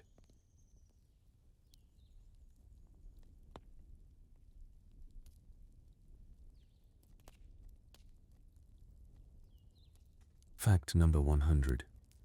When the war ended in Europe in May 1945, many German soldiers did not immediately come home. Thousands remained in prisoner of war camps across Britain, France, the Soviet Union, and the United States for months, and in some cases, years after the fighting stopped. The Soviet Union held German prisoners the longest. Some were not released until 1955, a full decade after the surrender. For their families in Germany, this created an almost impossible emotional limbo. The war had technically ended, but there was no knock on the door, no letter, no certainty. Wives raised children alone while not knowing whether they were widows or simply waiting. Mothers kept a place at the table out of habit. Some men returned home so changed by captivity that their families barely recognized them, thinner, quieter, carrying something they never fully put into words. The camps themselves ranged widely in condition. British and American camps generally followed Geneva Convention standards. Soviet camps were far harsher, with poor nutrition, forced labor, and high mortality rates. For a generation of German civilians, the end of the war was not a clean border. It was a long, uncertain fade, a silence where a homecoming should have been. Fact number 101. The very last official act of the Second World War in Europe came not with a celebration, but with a quiet administrative process that most people never heard about. For years after 1945, small groups of German soldiers continued to hold out in remote locations, some on Norwegian islands, some in the forests of Eastern Europe, genuinely unaware or unwilling to accept that the war was over. The last known German military holdout in Europe, a weather station crew on an Arctic island, surrendered in September 1945, 4 months after Germany's formal capitulation. In the Pacific, the situation stretched even further. Japanese soldier Hiro Onoda continued fighting in the Philippine jungle until 1974, nearly 30 years after the war ended, because no one he trusted had formally told him it was over. His commanding officer had to fly from Japan to personally deliver the order to stand down. When Onoda finally emerged from the jungle, the world he had been fighting for had entirely ceased to exist. He was received with a mixture of respect and quiet sadness. His story, perhaps more than any other, captures something essential about the war's long shadow: the difficulty, for some, of accepting that a chapter so consuming, so total, had simply. There is something particular about the period after a war ends that history tends to rush through. The dates are recorded: VE Day, VJ Day, the formal signings aboard ships and in grand halls, and then the chapter closes and the next one begins. But for the hundreds of millions of ordinary people who had lived inside the war, there was no clean chapter break. The ending came slowly, unevenly, and often without the relief they had expected. Some cities celebrated with extraordinary noise and color. Strangers embraced in the streets. Church bells rang in places that had been silent for years. Children who had never seen a lit street at night stood at windows and watched the light return, not quite believing it was allowed. In those first moments, the joy was real and large and unguarded. People had been waiting for it for so long that when it came, many simply wept without quite knowing why. But the celebrations were only part of the story, and in many ways, the smaller part. Behind them lay the enormous, unglamorous work of putting a broken world back together. Cities across Europe were in partial ruin. Supply chains had collapsed. Currencies had inflated into near worthlessness. Millions of people were displaced, separated from their homes, their families, their countries, and the systems that might help them find their way back were themselves only beginning to be assembled. The United Nations Relief and Rehabilitation Administration worked across devastated regions, but the need was so vast that even coordinated international effort could barely keep pace. For returning soldiers, the transition was rarely straightforward. They came back to homes that had changed, to families that had learned to function without them, to economies that did not yet have space for them. Many carried injuries that were invisible: a persistent startle reflex, recurring dreams, a difficulty with ordinary noise. And in an era that had little language for psychological trauma, they were largely expected to simply resume their lives. Many did. Many quietly struggled for years without ever naming what was happening to them. Women who had entered the workforce out of necessity found themselves facing pressure to leave jobs they had grown skilled at and confident in. The message, in most countries, was gentle but consistent. The men were back, and the old order was being restored. Some women accepted this without conflict. Others felt the transition as a genuine loss, not just of income, but of purpose and belonging that the wartime years had, expectationally, given them. Children who had grown up during the war carried its textures into adulthood in ways they did not always recognize. The habit of saving everything, a discomfort with waste, an instinct to check exits, a note where sounds were coming from, a quiet self-sufficiency that has sometimes made intimacy difficult. These were not dramatic symptoms. They were simply the ordinary residue of having come of age inside scarcity and uncertainty. Occupied countries faced the additional weight of post-liberation reckoning. In France, the Netherlands, Norway, and elsewhere, communities turned to examine who among them had collaborated, who had resisted, and who had simply survived by keeping their head down. The lines were rarely clean. People who had done small acts of accommodation to preserve their family now faced judgment from neighbors who had done similar things. The legal purges were uneven. Some genuine collaborators escaped consequence. Some people who had made minor compromises were publicly shamed. These 101 facts have moved through the period after the fighting stopped, through the homecomings and the absences, the celebrations and the silences, the visible recoveries and the hidden costs.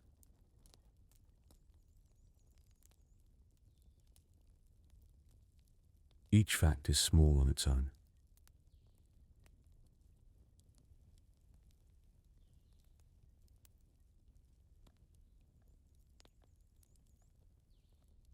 Together, they form something closer to the texture of what it actually felt like to live through the end of the most destructive war in human history, and to begin, slowly, carefully, to build again. If sleep has found you somewhere along the way, that is perfectly fine. The facts will be here. History is not going anywhere. And the quiet that follows every difficult chapter, the breathing space before the next thing begins, is perhaps the most important part of all. Rest now. You've listened well.